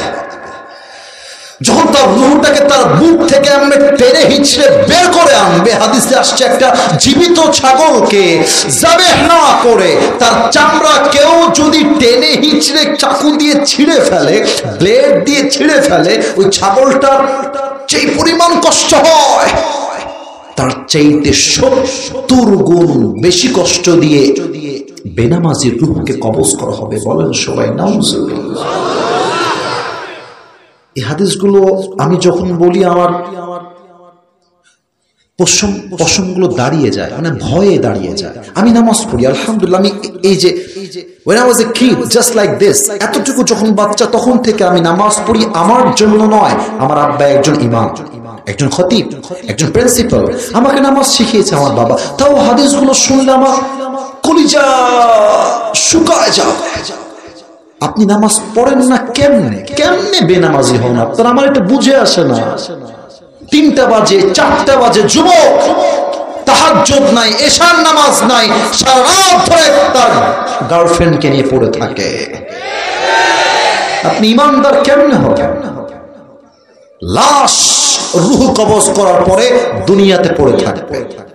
এবার আসবে আপনার সেকেন্ড ধাপ, কবরের জীবন।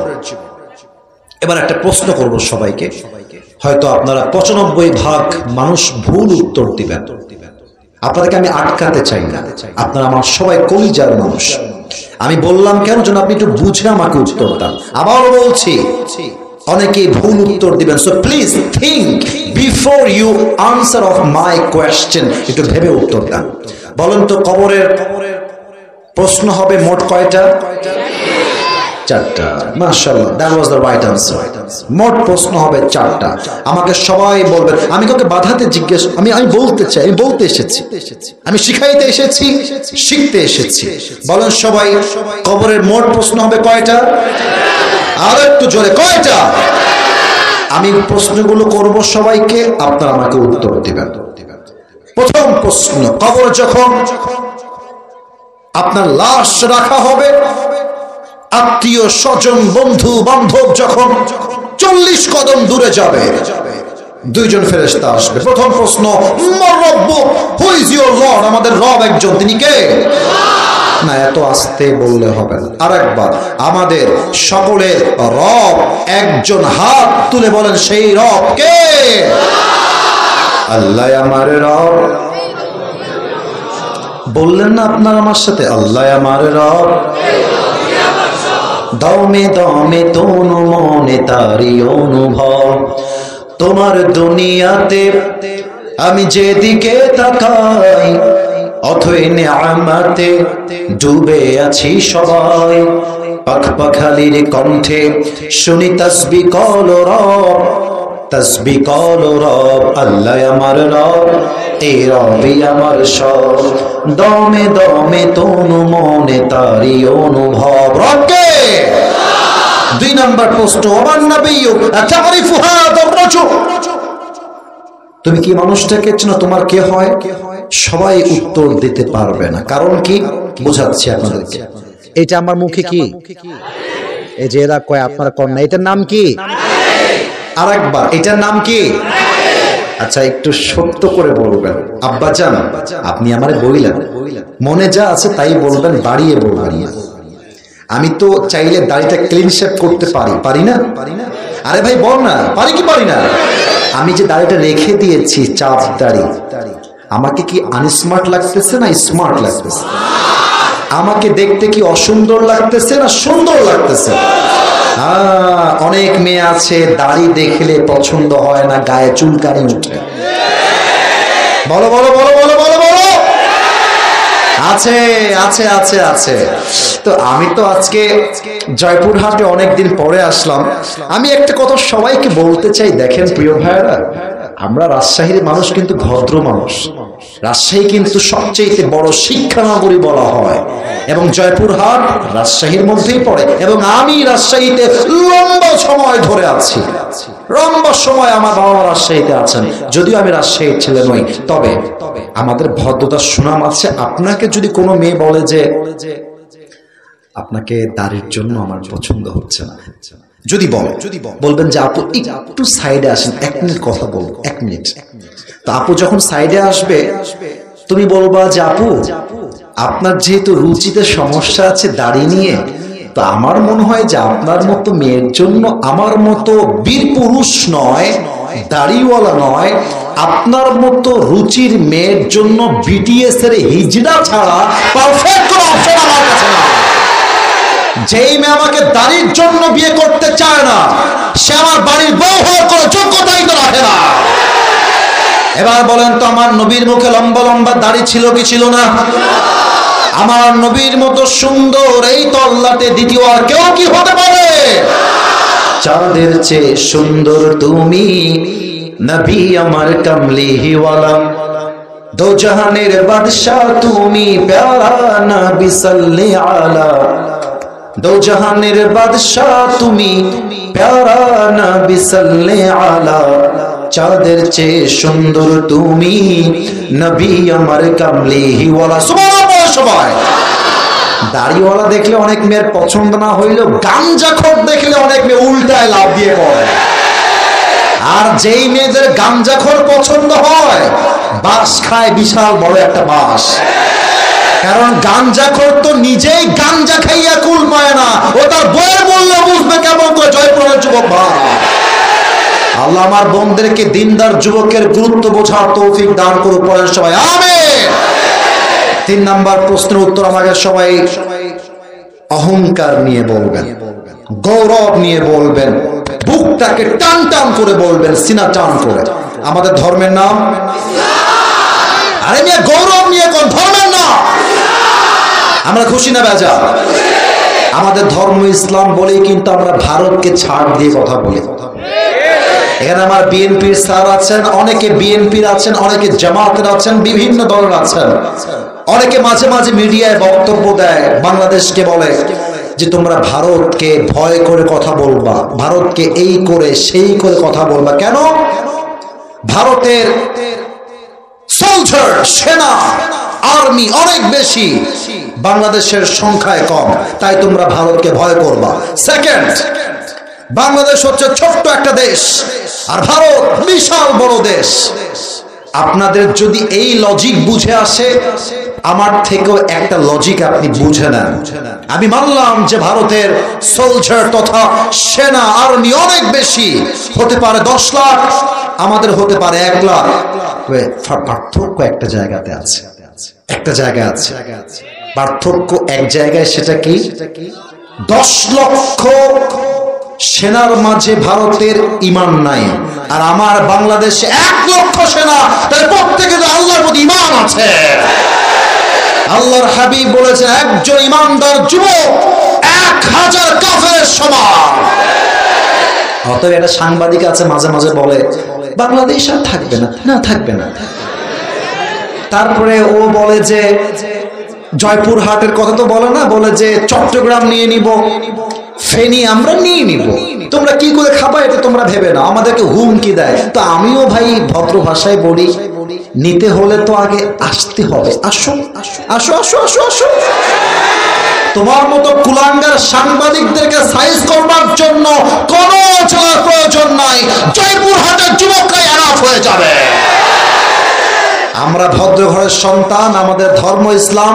তাই আমরা মারামারি চাই না ঠিক কি না বলে 3 নাম্বার প্রশ্ন শেষ আল্লাহ বলবে ফেরেশতা আমার বান্দাকে 4 নাম্বার প্রশ্ন করো ফেরেশতা বলবে আরে বাপ রে বাপ আপনি তো একটা প্রশ্ন আটকান না ভাই আপনি এতগুলো উত্তর দিয়ে ফেললেন ওমা ইলমুক what's the source of your knowledge আপনি এতগুলো জ্ঞান অর্জন করেছেন কই থেকে আপনার জ্ঞানের উৎস কোথায় বুঝে থাকলে উত্তর দেন সবাই কোথায় আল্লাহ বলবে ফেরেশতা আর না থামো থামো থামো আর কোনো প্রশ্ন নয় আমার বান্দার কবরকে এখনই তোমরা জান্নাতের বাগান বানিয়ে দাও না এত আস্তে না জোরে বলেন আরেকবার বলেন তোমরা এখনই আমার বান্দার কবরটাকে জান্নাতের ঘ্রাণ দিয়ে ভরপুর করে দাও এরকম কবর আমরা সবাই চাই কি চাই না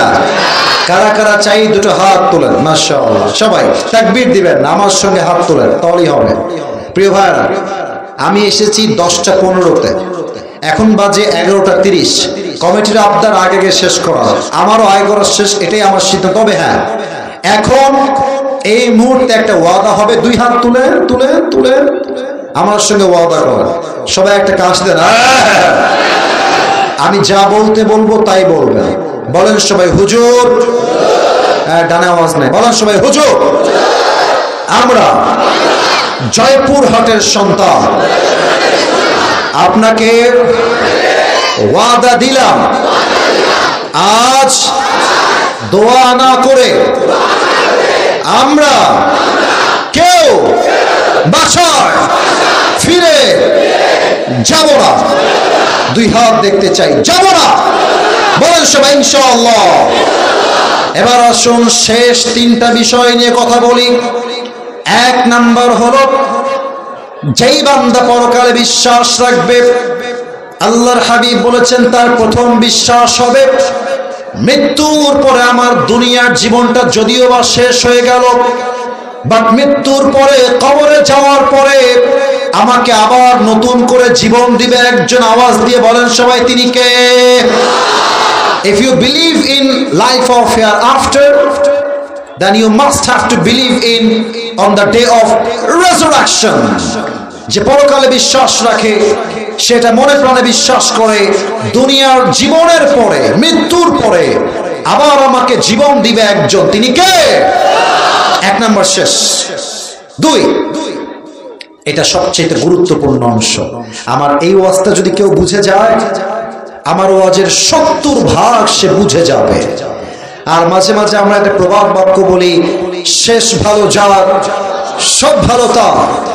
আমরা এতটা অ্যাক্টিভ আজকের শ্রোতা, আজকের এই মাহফিল পুরো বাংলাদেশে ঐতিহাসিক মাহফিল হয়ে থেকে যাবে। দুই number, if you believe in life of hereafter, then you must have to believe in on the day of accountability. যে বান্দা পরকালে বিশ্বাস রাখে, সেটা মনে প্রাণে বিশ্বাস রাখে আমার আমল চাই ছোট হোক। এই কথা কি বোঝা যায়? ডান বাম করবেন না আমার চোখে। আরেকবার জিজ্ঞেস করছি, কথা কি বোঝা যায়? আমার আমল চাই ছোট্ট হোক কিংবা বড় হোক, প্রত্যেকটা আমলের যাররা যাররা হিসাব কিয়ামতের দিবসে নিবে একজন, তিনি কে? বলেছিলাম যে হিসাবটা কেমনে হবে বুঝায় দিব। এখন আমার দুই হাত আমি তুলেছি, কাউকে তুলতে হবে না হাত, আমার হাত দেখা। দুইটা হাত আমি মিলিয়েছি। ও আব্বা জানো, যুবক ভাইরা, দেখা যায়? একটু বলো না, দেখা যায়? একটু দুই হাত দেখবেন। আমি আয়াতটা একটু পরে বলবো, আগে একটু ব্যাখ্যা দিয়ে নিই। একটু আয়াতটা পরে বলছি। এটা আমার ডান আমল, এইটা আমার, কথা বলেন, এইটা আমার, এইটা আমার। আল্লাহ বলবে, এই ফেরেশতা, আমি আমাকে দিয়ে বলছি, এই ফেরেশতা, আসিফ হুজুরের আমল নামা ওজন দাও, ওজন দাও। আল্লাহ করুক, আল্লাহর কাছে দোয়া করি এইটাই যেন হয়। আল্লাহ দেখবে যে বান্দার আমল নামাটা, ডান আমলটা বাম আমলের চাইতে জাস্ট আ লিটল বিট, একদম 1% একটু হালকা উঠে গেছে। আল্লাহ বলবে, যাও আমার বান্দাকে জান্নাত দিয়ে যাও। মান থাকুলাত মাওয়াজিনুহু ফাহুয়া ফি ঈশাতির রাদিয়া, সূরাতুল কারিয়া 30 নম্বর পারা। আল্লাহ বলছে, বান্দা তোর আমলনামা যদি 100-তে 51 হয়ে যায়, জাস্ট 1% বেড়ে যায়, আমি আল্লাহ তোর জন্য জান্নাতের ফয়সালা করে দেব। আপনারা হয়তো বা চিনবেন, পাকিস্তানের একজন টপ ফেমাস স্কলার, নাম হচ্ছে মাওলানা তারিক জামিল। নাম শুনেছেন? Maulana Tariq Jamil, top famous scholar from Pakistan. যদিও বা তিনি এখন শুধু পাকিস্তানে ফেমাস নন, ওয়ার্ল্ডলি ফেমাস, পুরো বিশ্বের মানুষ তাকে আজকে চেনে। আমি তার একজন ভক্ত। আমি তার অনেক অনেক ওয়াজ শুনেছি এবং তার ওয়াজ থেকে আমার জীবন অনেক পরিবর্তন হয়েছে। তো সেই দিন মানে মাঝে মাঝে বাসায় বসে থাকলে যা হয়, ফ্রি থাকলে মানে ইউটিউবে ঢুকে এমনিতে আমি মাঝে মাঝে স্ক্রল করি যে দেখি কি আমার সামনে আসে। তো সত্য কথা বলতে সেই দিন আমি ইউটিউবে ঢুকলাম, ঢুকে আমার সামনে প্রথমেই একটা লেকচার আসলো। লেকচারের থাম্বনেইল তথা টাইটেল ছিল এরকম, কিয়ামত কে দিন বান্দা কা হিসাব कैसे होगा। কিয়ামতের দিবসে আল্লাহ বান্দার আমলনামার হিসাব কেমনে নেবেন। That was the title of speech. এটাই ছিল তার মূল বক্তব্যের টাইটেল। আমি শুরু করলাম শোনা, দেখা যাক কি পাওয়া যায়। যখন শোনা শুরু করলাম, উনি একটা অবাক করা ঘটনা বললেন, যেটা শুনে আমার কলিজায় গিয়ে আঘাত লেগেছে। উনি বললেন, কিয়ামত के दिन एक बंदा खड़ा होगा जिसका दोनों के दोनों अमल ऐसे यूं बराबर हो जाएगा। উনি বললেন একজন বান্দা দাঁড়াবে কিয়ামতের দিন যার আমলনামা 51-49 নয়, দুইটাই 50-50 হবে, 50-50। আপনারা অনেক চালাক, নওগাঁ এবং জয়পুরহাট অনেক চালাক, একটু বুঝেন।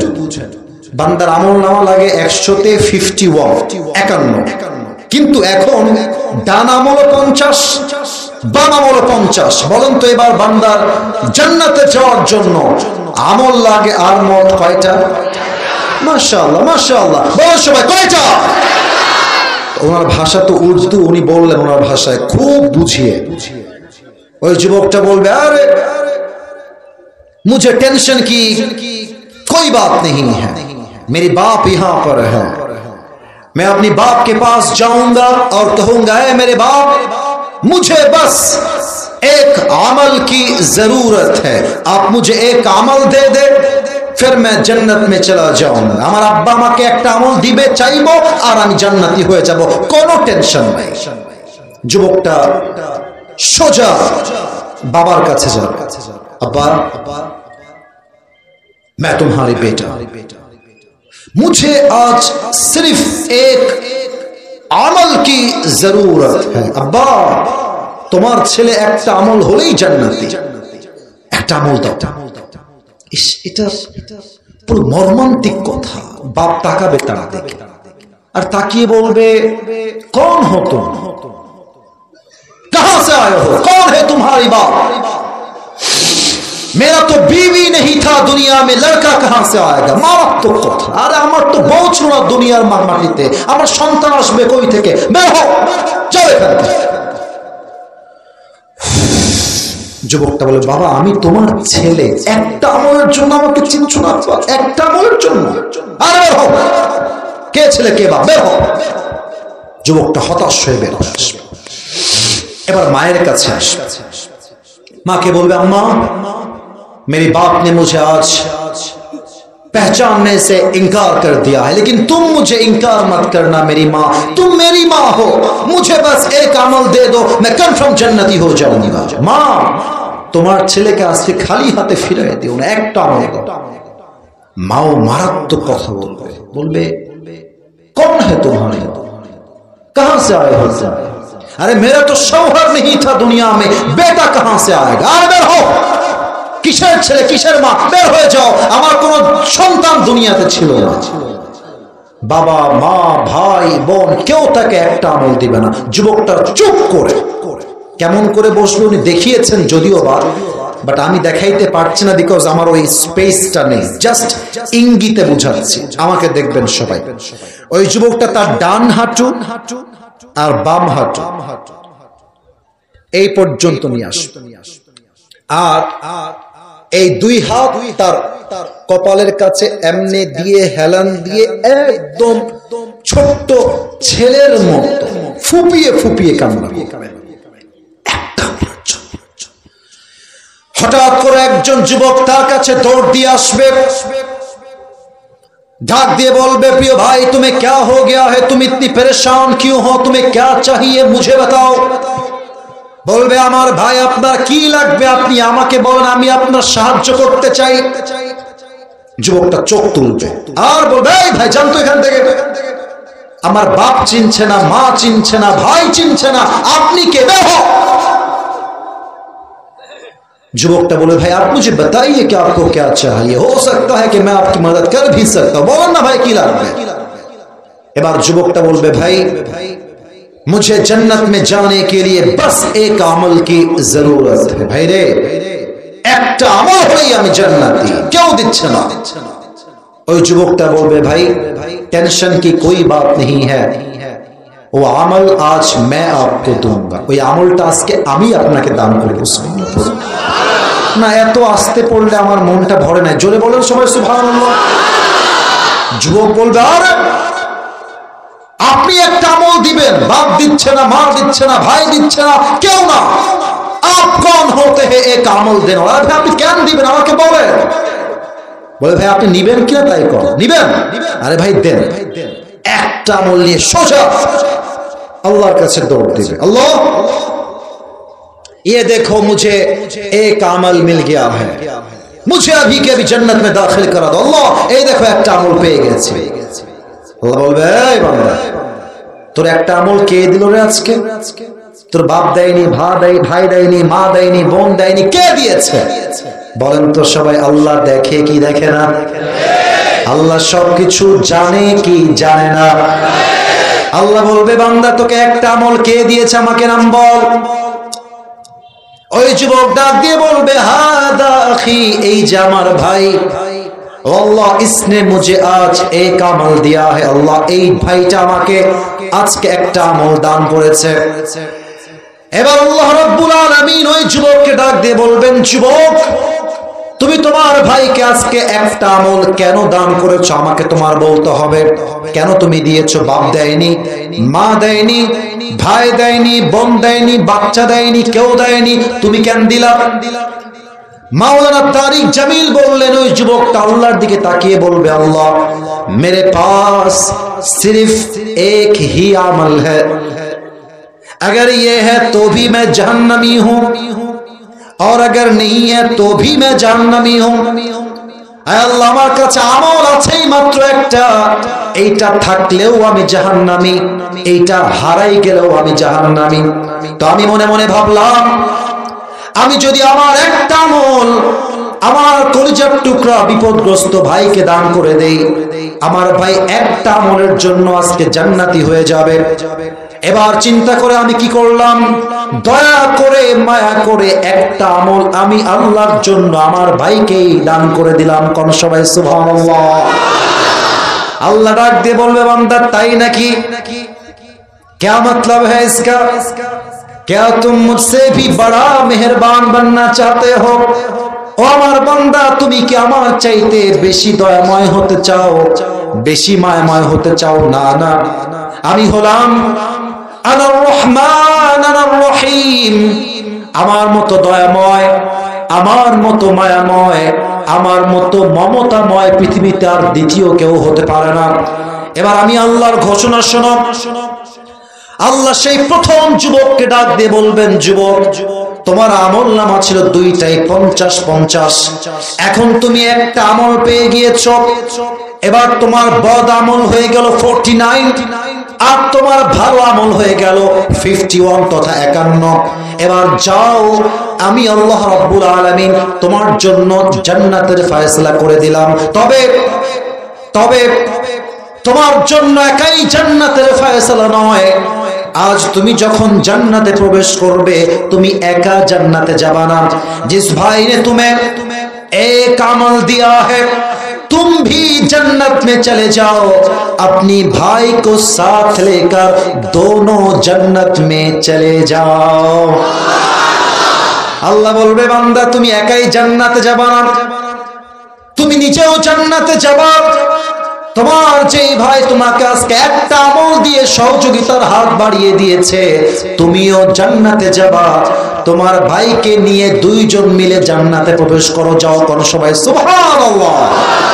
জান্নাতে যাওয়ার জন্য হিসাব দিবসে আমলনামা 100-তে 51 হতে হবে। তবে এই হিসাব দিবসে দুই ধরনের মেয়ে সবচেয়ে বেশি জাহান্নামী হবে। আমি জানি এই কথা বলার পরে আমার আব্বা জানকে তার মেয়ে অভিযোগ করবে।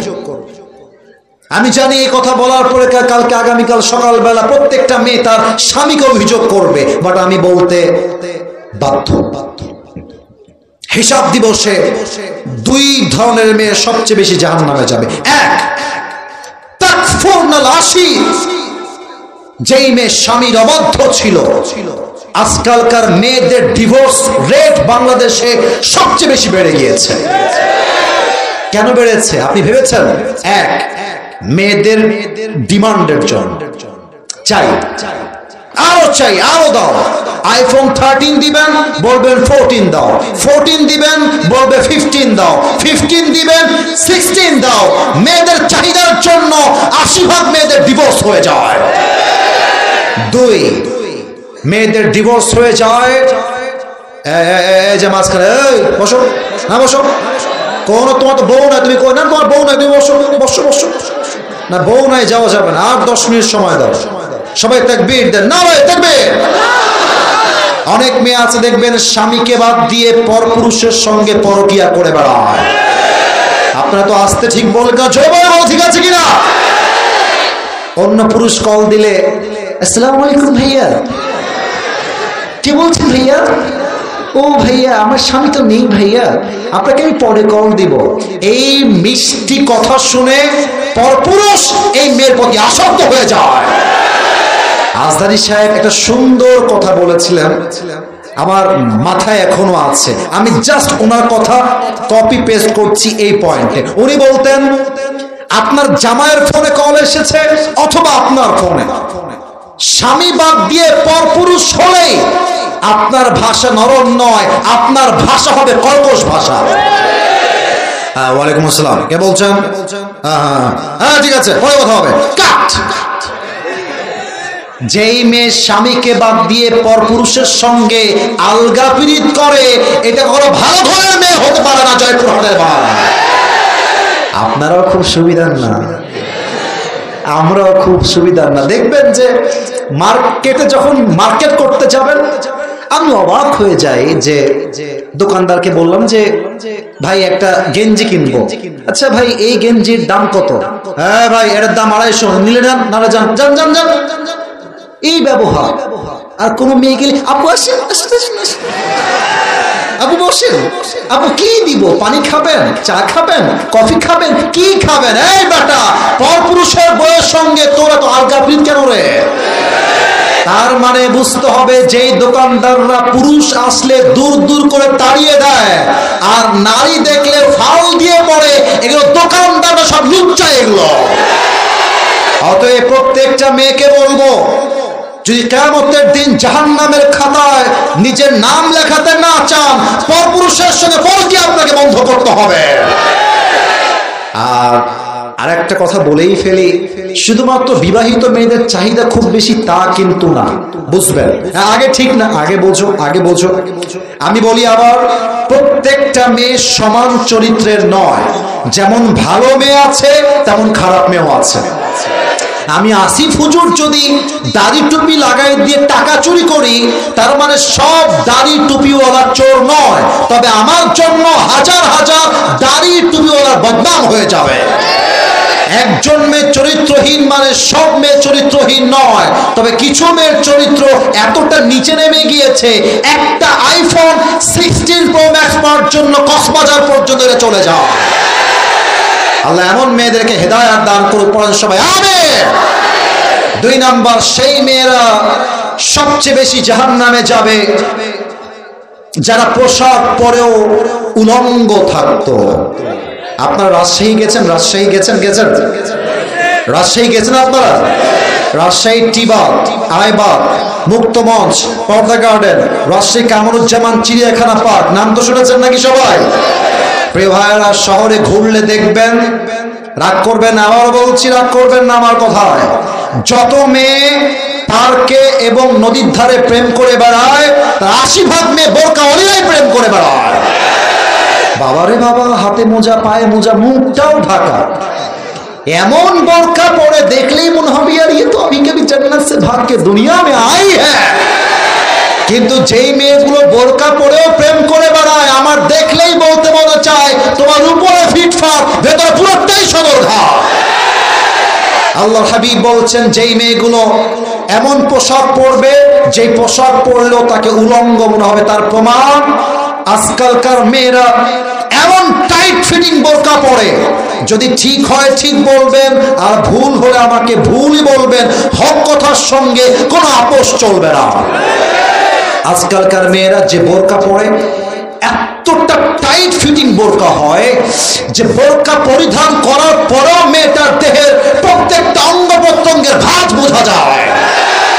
সেই মেয়েদেরকে বলবো, আপনার মতো মেয়ের বোরকার কোনো প্রয়োজন নেই। আপনার মতো মেয়ে বোরকা বাদ দিয়ে জিন্সের প্যান্ট আর টি শার্ট পরলে বেশি মানাবে। আল্লাহ এমন মেয়েদেরকে পরিপূর্ণ পর্দাশীল হওয়ার তৌফিক দান করুক, পড়েন সবাই আমিন। হিসাব দিবসে 2 ধরনের মেয়ে সবচেয়ে বেশি জাহান্নামী। 1, স্বামীর অবাধ্য; 2, সেই মেয়ে যেই মেয়ে পোশাক পরেও উলঙ্গ থাকতো। 3 নাম্বার, সর্বশেষ and last matter I'm going to talk about, এটাই আমার শেষ কথা। কেউ যদি উঠে যায় খবরদার, ওয়ার্নিং দিলাম, দোয়া হবে, কেউ উঠবেন না। শেষ হিসাব যখন শেষ হয়ে যাবে আল্লাহ তাআলা মানুষদেরকে দুইটা ভাগে ভাগ করবেন। কোরআন বলছে ফারিকুম ফিল জান্নাহ ওয়া ফারিকুম ফিস Saeed, one group will enter in the paradise and other group will enter in the hellfire, একদল জান্নাতি আর একদল জাহান্নামী। এবার বলেন, যারা জান্নাতি আর যারা জাহান্নামী তাদের সম্মান কখনো সমান সমান হতে পারে? তাদের মর্যাদা কখনো সমান সমান হতে পারে? 28 নম্বর পারা 7 নম্বর পৃষ্ঠা সূরাতুল হাশর, Allah says in this ayah, লা ইয়াস্তাওয়ি আসহাবুন নারি ওয়া আসহাবুল জান্নাহ, আসহাবুল জান্নাতি হুমুল ফাইজুন।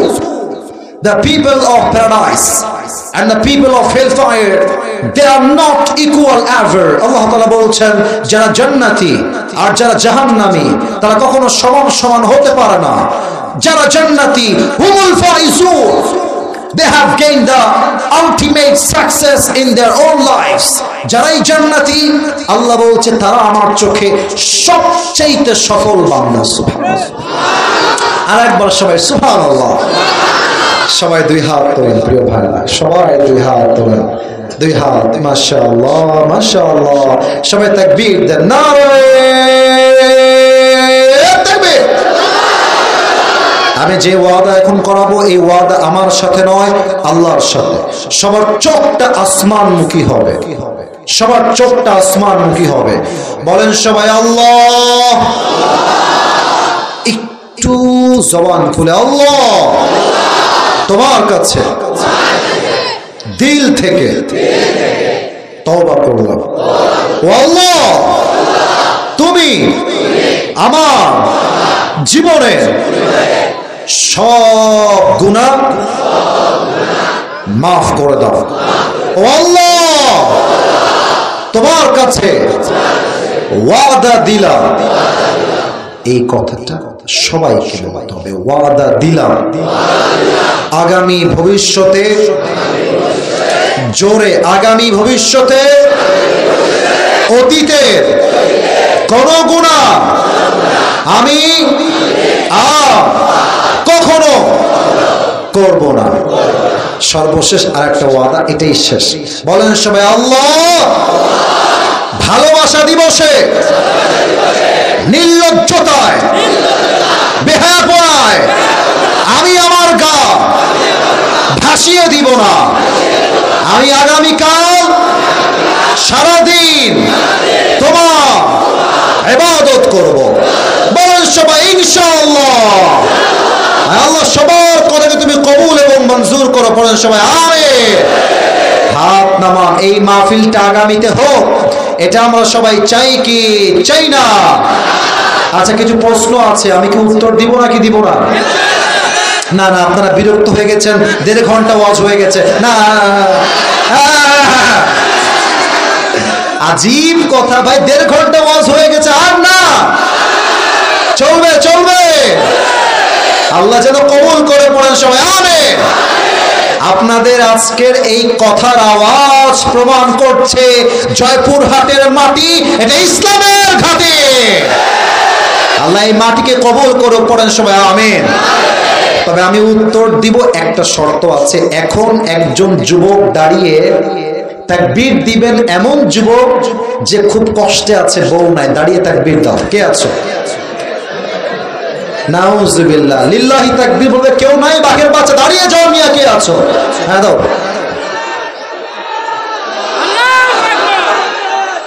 হ্যাঁ তুমি দাও দাও দাও।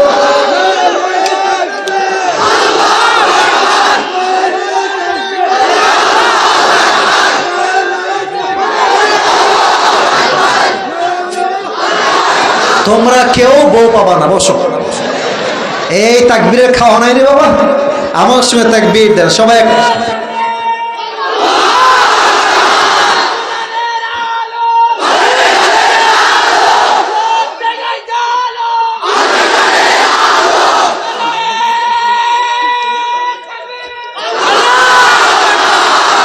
চারটা বউ কনফার্ম। আল্লাহকে দিনদার নেককার বউ দিয়ে পড়ার সময় আল কোরআনের আলো, আল হাদিসের আলো, কোরআন হাদিস যেখানে, আলেম ওলামা যেখানে, আল্লাহ কবুল করো পড়েন সবাই আমিন। কিছু প্রশ্ন এসেছে আমার জায়গা থেকে, আমি চেষ্টা করছি উত্তর দেওয়া। আসলে কি জানেন, এগুলো যে কি পরিমাণ ভাইরাল হয় আপনার ধারণার বাইরে। এই যে এতক্ষণ পরকাল, কিয়ামত, জান্নাত, জাহান্নাম, মৃত্যু, কবর ওয়াজ করলাম, দেখবেন এগুলো আহামরি ভাইরাল হবে না। এখন যেটা উত্তর দিব দেখবেন কালকে অনলাইন একদম কেঁপে যাবে। তার মানে বোঝা যায় মানুষ গুরুত্বপূর্ণ বিষয়ের চাইতে ফালতু আলাপ শুনতে বেশি পছন্দ করে। তবে এটা ফালতু হিসেবে নয়, আমরা জ্ঞানের জন্য, ইলমের জন্য শুনবো। রাজি আছেন তো ইনশাআল্লাহ? ওকে, শুরু করা যাক, দেখা যাক ভালো কিছু এসেছে কিনা। প্রথম প্রশ্ন, হুজুর কেমন মেয়েকে বিয়ে করা যাবে?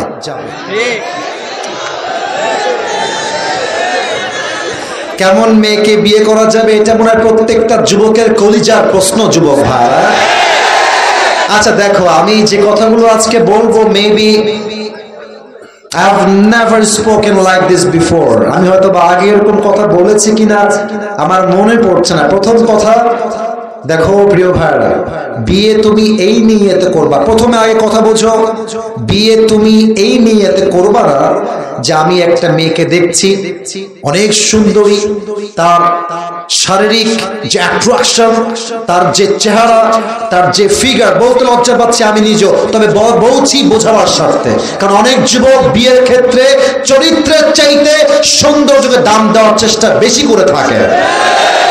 কোন মেয়ের চেহারা, কোন মেয়ের দেহের আকর্ষণ যদি তোমাকে খুব বেশি টানে, তুমি ওইটা দেখে বিয়ে করতে যাবা না। ফার্স্ট অফ অল মাথায় রাখবা, চেহারা মেয়ের যতই সুন্দর হোক, ফিগার মেয়ের যতই সুন্দর হোক, চামড়ার রং মেয়ের চাই যতই সুন্দর হোক, চামড়া দিয়ে, ফর্সা দিয়ে, দেহ দিয়ে সংসার চলবে না। সংসার চলবে দিনদারিত্ব আর চরিত্রের মাধ্যমে। কোন মেয়েকে তার চেহারা দেখে পাগল হতে যাবা না। এবং মনে রাখবা, हर चीज जो बज़ाहिर अच्छा लगता है वो बातिन में अच्छा नहीं भी हो सकता है। মনে রাখবেন, চকচক করলেই কিন্তু সোনা হয় না। অনেক মেয়ে দেখলেই মনে হবে রাজরানী, বিয়ে করে নিয়ে আসবা, দেখবা এ তো রাজরানী নয়, এ তো কালনাগিনী বিয়ে করে বাসায় নিয়ে আসছে। প্রথম কথা, বাহ্যিক রূপ নয়, প্রথম চ্যাপ্টার আসবে চরিত্রের চ্যাপ্টার। দুই নাম্বার, এটা আমার মুরব্বীরা খুব ভালো বুঝবে, মেয়ের বংশ দেখবা। মেয়ের বংশ দেখবা, বাবা কি করে, মেয়ের মা কি করে, মেয়ের মা কি আদৌ পর্দাশীল কিনা, মেয়ের মা কেমন নামাজ কালাম পড়ে, মেয়ের মায়ের ব্যাপারে এলাকার লোকজন কি বলে, মেয়ের বাবাকে নিয়ে এলাকার লোকজন কি বলে, মেয়ের ভাই কেমন, মেয়ের বংশ কেমন, তাদের ফ্যামিলি স্ট্যাটাস, মর্যাদা কেমন। মনে রাখবা, বাপ যদি ভালো হয়, মাও যদি ভালো হয়, সাধারণ নিয়ম অনুযায়ী মেয়েও কিন্তু ভালোই হয়। আর দুই একটা খারাপ হয় আমি অস্বীকার করছি না, তবে ওইটা মাইনাস। আমার কথা হচ্ছে, যেই মেয়ের মাই চরিত্রহীন, সেই মেয়ে চরিত্রবান হবে কেমন করে? মেয়ের বংশ দেখবা, যে তার বংশ আসলে কই থেকে আসছে, কই থাকতো, কেমনে আছে, দিনদারিত্ব ফলো করে কিনা, দ্যাট ইজ ভেরি ইম্পর্টেন্ট। এটা যুবকরা খুব ভালোবাসবে। মেয়ে বর্তমানে কোথাও কোনো প্রেম টেম করছে কিনা খবর রাখতে হবে। এটা আসতে না, জোরে বলো কথা, ঠিক আছে কিনা? অনেক মেয়ে এতটা নিকৃষ্ট মনোমাইন্ড বিলং করে, রানিং রিলেশনশিপ করছে এক পুরুষের সাথে, বাট এরই মাঝে একটা ভালো পাত্র পেয়ে গিয়েছে, ওই যুবককে গুল্লি মেরে ব্যাটার অপশনে হাত ধরে তারা ভেঙে যাওয়া। এমন কোন মেয়েকে ঘরে বিয়ে করে আনা যাবে না যেই মেয়ে আর এক পুরুষকে ধোঁকা দিয়ে তোমার জীবনে এসেছে। মনে রাখবা, যেই মেয়ে আজকে টাকার জন্য অন্যকে গুলি মেরে তোমার কাছে এসেছে, আগামীকাল আরেকজনের কাছে টাকা বেশি পেলে তোমাকে বাদ দিয়ে আরেক জায়গায় এসে ভেঙে যাবে। এই জন্য খবর রাখবা যে মেয়েটা স্কুলে গিয়ে কি করে, কলেজে গিয়ে কি করে, মেয়ের বান্ধবীরা জিজ্ঞেস করবা, কারণ বান্ধবীরা কিন্তু খুবই জেলাস হয়, খুবই জেলাস। যদি দেখে যে আমার বান্ধবীর বিয়ে ভালো জায়গায় হয়ে যাচ্ছে, ওই বান্ধবীর যত কুকৃতি আছে সব সে বলে দিবে। এজন্য মেয়ের বান্ধবীর কাছে খবর নিবা যে আমি হলাম ওই ছেলে যার কাছে এই চাকরি, যার এই ব্যবসা, যে এই করে সেই করে, একটু ভাব নিবা, বেশি দাম বাড়বে বেশি। আর খেয়াল রাখবা, বিয়ের ক্ষেত্রে যদি তোমার নিজের গাড়িও না থাকে, এটা গাড়ি ভাড়া করে নিয়ে যেও। কারণ মাথায় রাখবা, আত্মীয়তা হওয়ার পূর্বে যত ভাব দেখাতে পারো ভাব দেখায় দিবা, কারণ বিয়ের পরে আর ভাব চলবে না। অতএব যেই মেয়েকে বিয়ে করবা তার বান্ধবীর কাছে খবর নিবা যে আপনার বান্ধবী আসলে কেমন, তার স্যারের কাছে, টিচারের কাছে, এলাকার লোকের কাছে খবর নিবা। যদি পজিটিভ রিভিউ পাও তাও বিয়ে করবা না। একটু থামো, একটু থামো। এবার তুমি ইস্তেখারা করবা আল্লাহর কাছে, ইস্তেখারা করে চিন্তা করবা যে আসলেই কি এই মেয়েটা আমার জন্য পারফেক্ট হবে কিনা, আসলেই কি এই মেয়েটা আমার সন্তানের মা হিসেবে পারফেক্ট হবে কিনা। তোমার মন যদি তোমাকে বলে যে ঠিক আছে এই মেয়েটাকে মোটামুটি বিয়ে করা যায়, টেক রিস্ক নিয়ে নাও, जो होगा দেখা যায়গা। মাথায় রাখবা, পুরুষ মানুষের বিয়ে করতে কোনো ভয় নাই। প্রথম বিয়ে করবা ভালো মনে, যদি ভালো হয় ভালো হলো, শাদী মুবারক। আর যদি বউ খারাপ হয়, নেক্সট শাদী মুবারক। বোঝে নাই, বোঝে নাই, বলো বুঝলে বুঝপাতা, বুঝলে তেজপাতা। প্রথম বিয়ে ভালো হলে শাদী মুবারক, যদি ভালো না হয় নেক্সট শাদী মুবারক। কারণ আমি পুরুষ মানুষ, আমার জন্য একটা বউ নয় চারটা বউ রাখা জায়েজ আছে। তবে তোমরা আবার এত আবেগে যেও না, বাস খাইলে বুঝবা যে বাস কারে কয়। ওই এক যুবক বলছে আমি নিয়ত করেছিলাম দুইটা বিয়ে করব, প্রথম বউ মারামারি করলে দ্বিতীয় বউয়ের কাছে যাব, কিন্তু ঘুমের মধ্যে স্বপ্নে দেখলাম প্রথম বউ ধরে আছে আর দ্বিতীয় বউ প্যাদানি দিচ্ছে আমাকে। তো শুধুমাত্র বিয়ের স্বপ্ন দেখলেই হবে না, চরিত্রবান মেয়েকে বিয়ে করতে হবে, ঠিক কিনা বলেন? 4 নাম্বার কথা বলেই শেষ করতে চাই, বিয়ের ক্ষেত্রে খুব খেয়াল রাখবেন যে মেয়েটা আসলে কেমন মনো মাইন্ড বিলং করে।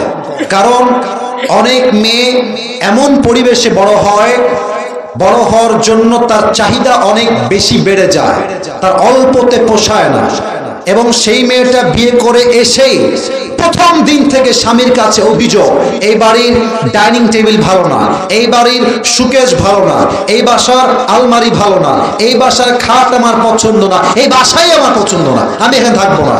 তখন তুমি পড়বা মাইনকার চিপায়। এজন্য মেয়েটা কোন মনোমাইন্ড বিলং করে এইটা দেখবা। সব কিছুকে দেখার পরে বিদাতি দ্বীনি তারিবাত ইয়াদাক, become successful by selecting the one who has religion, character and conduct. সব দেখার পরে চরিত্র যেখানে আছে আমার বিয়ে সেখানেই হবে। আল্লাহ আমার প্রিয় যুবক ভাইদেরকে বোঝার তৌফিক দান করুন, পড়েন সবাই আমিন। আর একটা প্রশ্ন আসছে, উত্তর দেওয়া যাবে নাকি যাবে না? আরে 12টা বেজে গেছে তো, ওকে দোয়া করবো তাই না? ঠিক আছে, আরে থাক না, अरे यार बहुत ही मुश्किल हो गया आज। अच्छा ठीक है, সবাই তাকবীর দেন, নারে তাকবীর। প্রশ্ন এসেছে, জাস্ট পড়া ট্রাই করছি।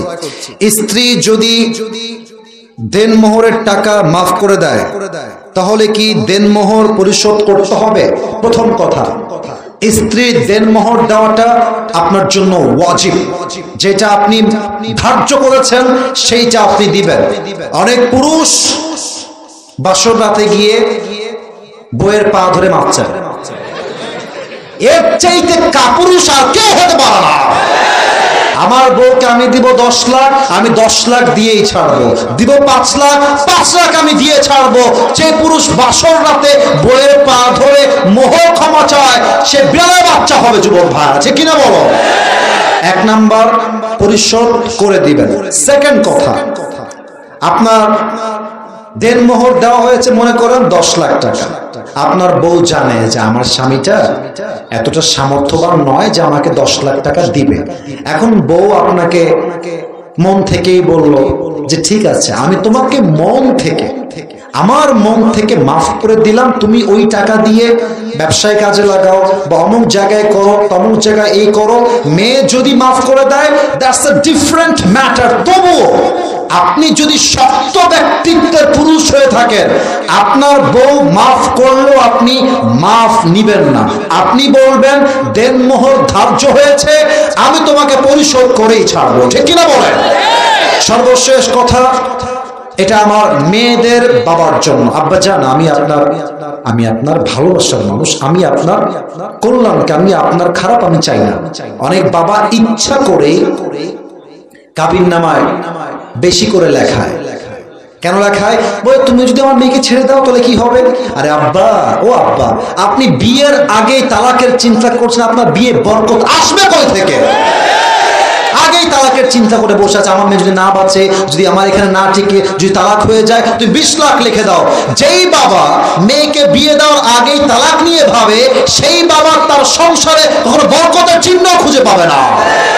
না আব্বা, এটা আপনি কইলেন না। আপনি দেনমোহর সহজ করে দেন, আপনি দেখবেন এই বাংলার মাটিতে জেনার সংখ্যা কমে যাবে, বিয়ের সংখ্যা বেড়ে যাবে।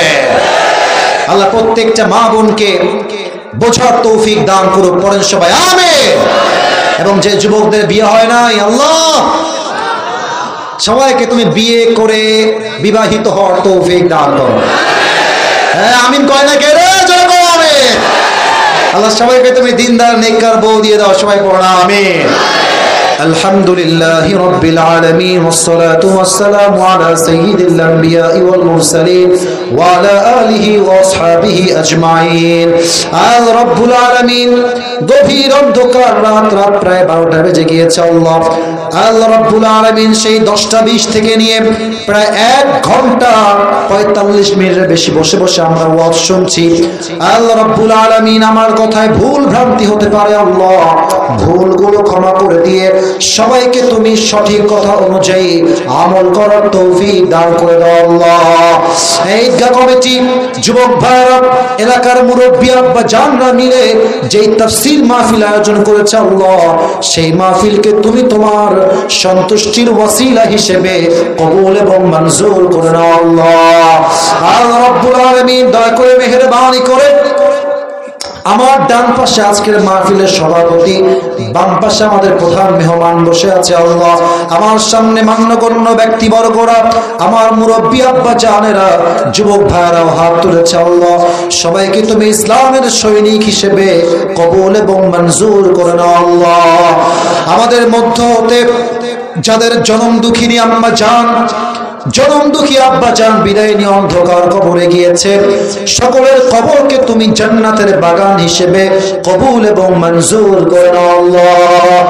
আল্লাহ রাব্বুল আলামিন আজকের মাহফিলকে বাস্তবায়ন করবার জন্য যেই যুবকরা দিনরাত পরিশ্রম করে মাথার ঘাম পায়ে ফেলে আজকের প্রোগ্রামকে বাস্তবায়ন করেছে, প্রত্যেকটা যুবককে তুমি ওমর ফারুক রাদিয়াল্লাহু তাআলা আনহুর মতো কবুল এবং মঞ্জুর করে নাও আল্লাহ। আল্লাহ রাব্বুল আলামিন দয়া করে মেহেরবানি করে আমার যে মুরব্বি আব্বা জানরা এসেছে, প্রত্যেকটা মুরব্বিকে তুমি পরিপূর্ণ নেক হায়াত দান করে দাও আল্লাহ।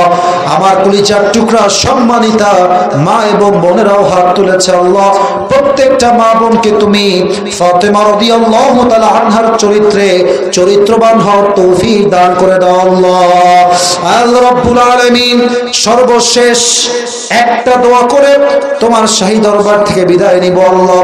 আজকে এই জয়পুরহাটের মাহফিলে আমরা সবাই যেমন জান্নাতের বাগানে বসতে পেরেছি আল্লাহ, মৃত্যুর পরে আমাদের সবাইকে তুমি জান্নাতুল ফেরদাউসের মেহমান হিসেবে কবুল এবং মঞ্জুর করে নিও আল্লাহ।